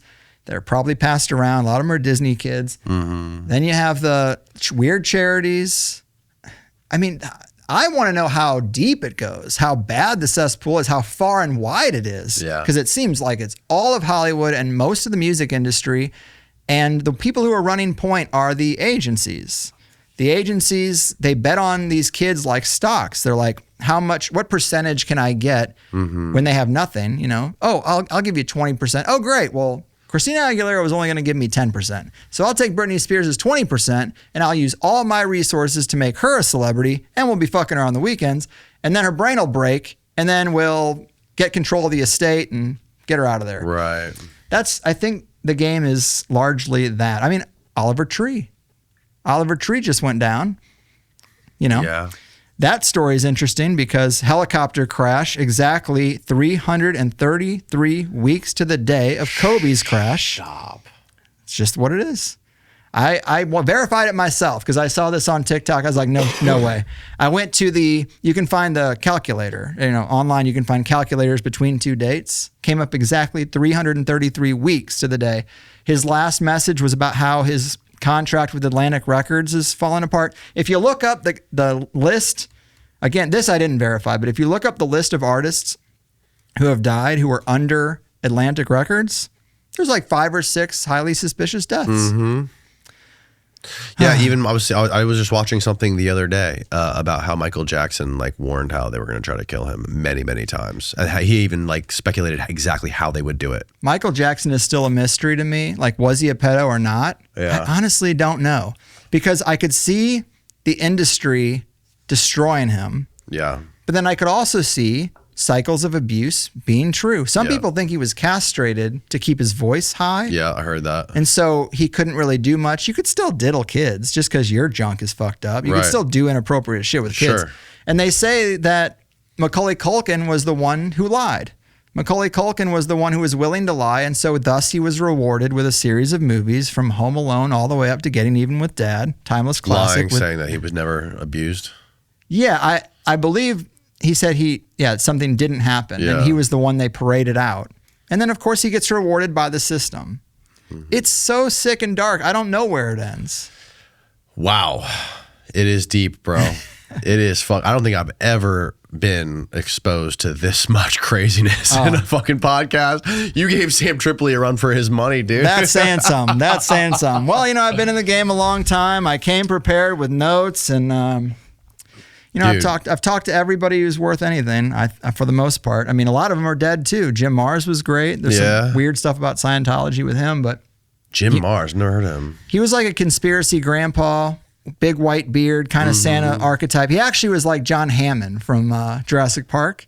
Oh, really? He wrote some amazing books. I interviewed him a few times. He just died of old age. But the fact that I started this when I did, I've got a lot of stuff in that archive that is hard to get out because it is audio only. No one shares an audio clip. People share video clips. No one shares an audio clip. That's why I had to convert to video partly. Yeah.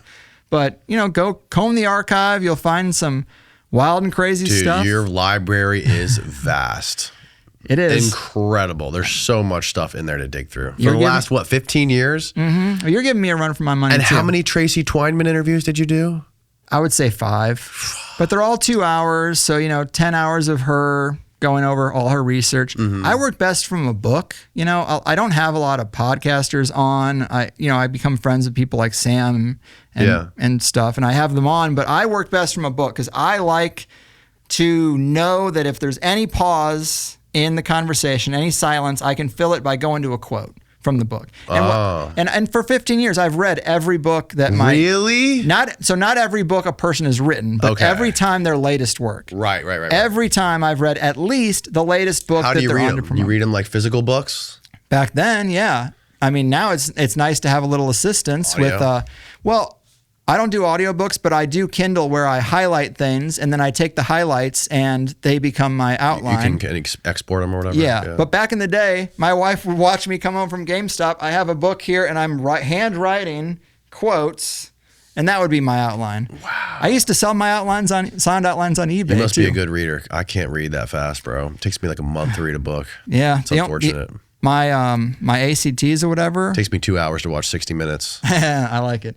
Reading comprehension was off the charts, and science and math were both dog shit. And it's the only way I got into college with an ACT score of 25 because the one part was good. So I leaned in. Again, the astrology. Apparently, I'm good at this one thing. We don't all have to be well-rounded. Lean into what you're good at. Right. Monetize it.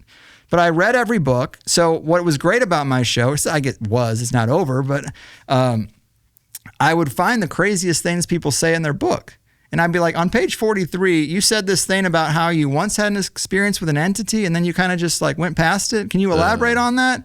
And sometimes people are like, wow, I didn't expect this to come up. And then they will elaborate, So I think I got some good interviews by using that process and method. But it's a fun job. They are fantastic. And for anyone just learning about Greg's show, I highly recommend the Tracy Twyman ones. If you want to learn about some lady communicating with fucking Cain over a Ouija board, I mean, it doesn't get any more wild than that, bro. That fucking sent me. Well, then it scales up to the anal birth of the homunculus, as you know. Yes, the anal birth of the homunculus. You can't forget about that. I just try to be open-minded. I try to be pretty neutral. I don't know what to make. I'm on the outside looking in, but the curiosity has led to some really interesting and dark places. And the other thing I did, a lot of people's podcasts, it'll just be one big crazy list of shows because that's what an RSS feed is. I built out like a Netflix style display into the website. So if you go to the website, no one goes to websites anymore. It's always like the YouTube channel or the Spotify channel or the Patreon. Right. Go to the fucking website. And like the old internet was supposed to be before middlemen got involved. But I have structured it so that there's categories as if you're scrolling genres on Netflix. And so you can go into what you're interested in.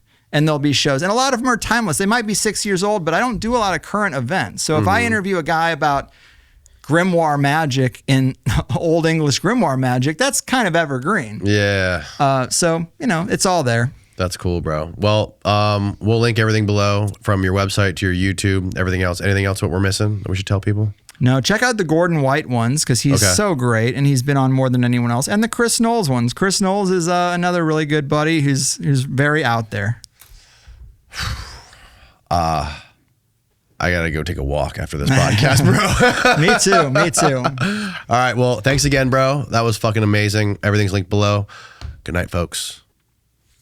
We have Patreon questions. We have Patreon questions? Oh, yeah. We have time? All right. You got time to do some Patreon questions? I have time, yeah. All right, let's do it. I love questions. Cool. Alrighty. All right, that's the end of the podcast. We're going to Patreon.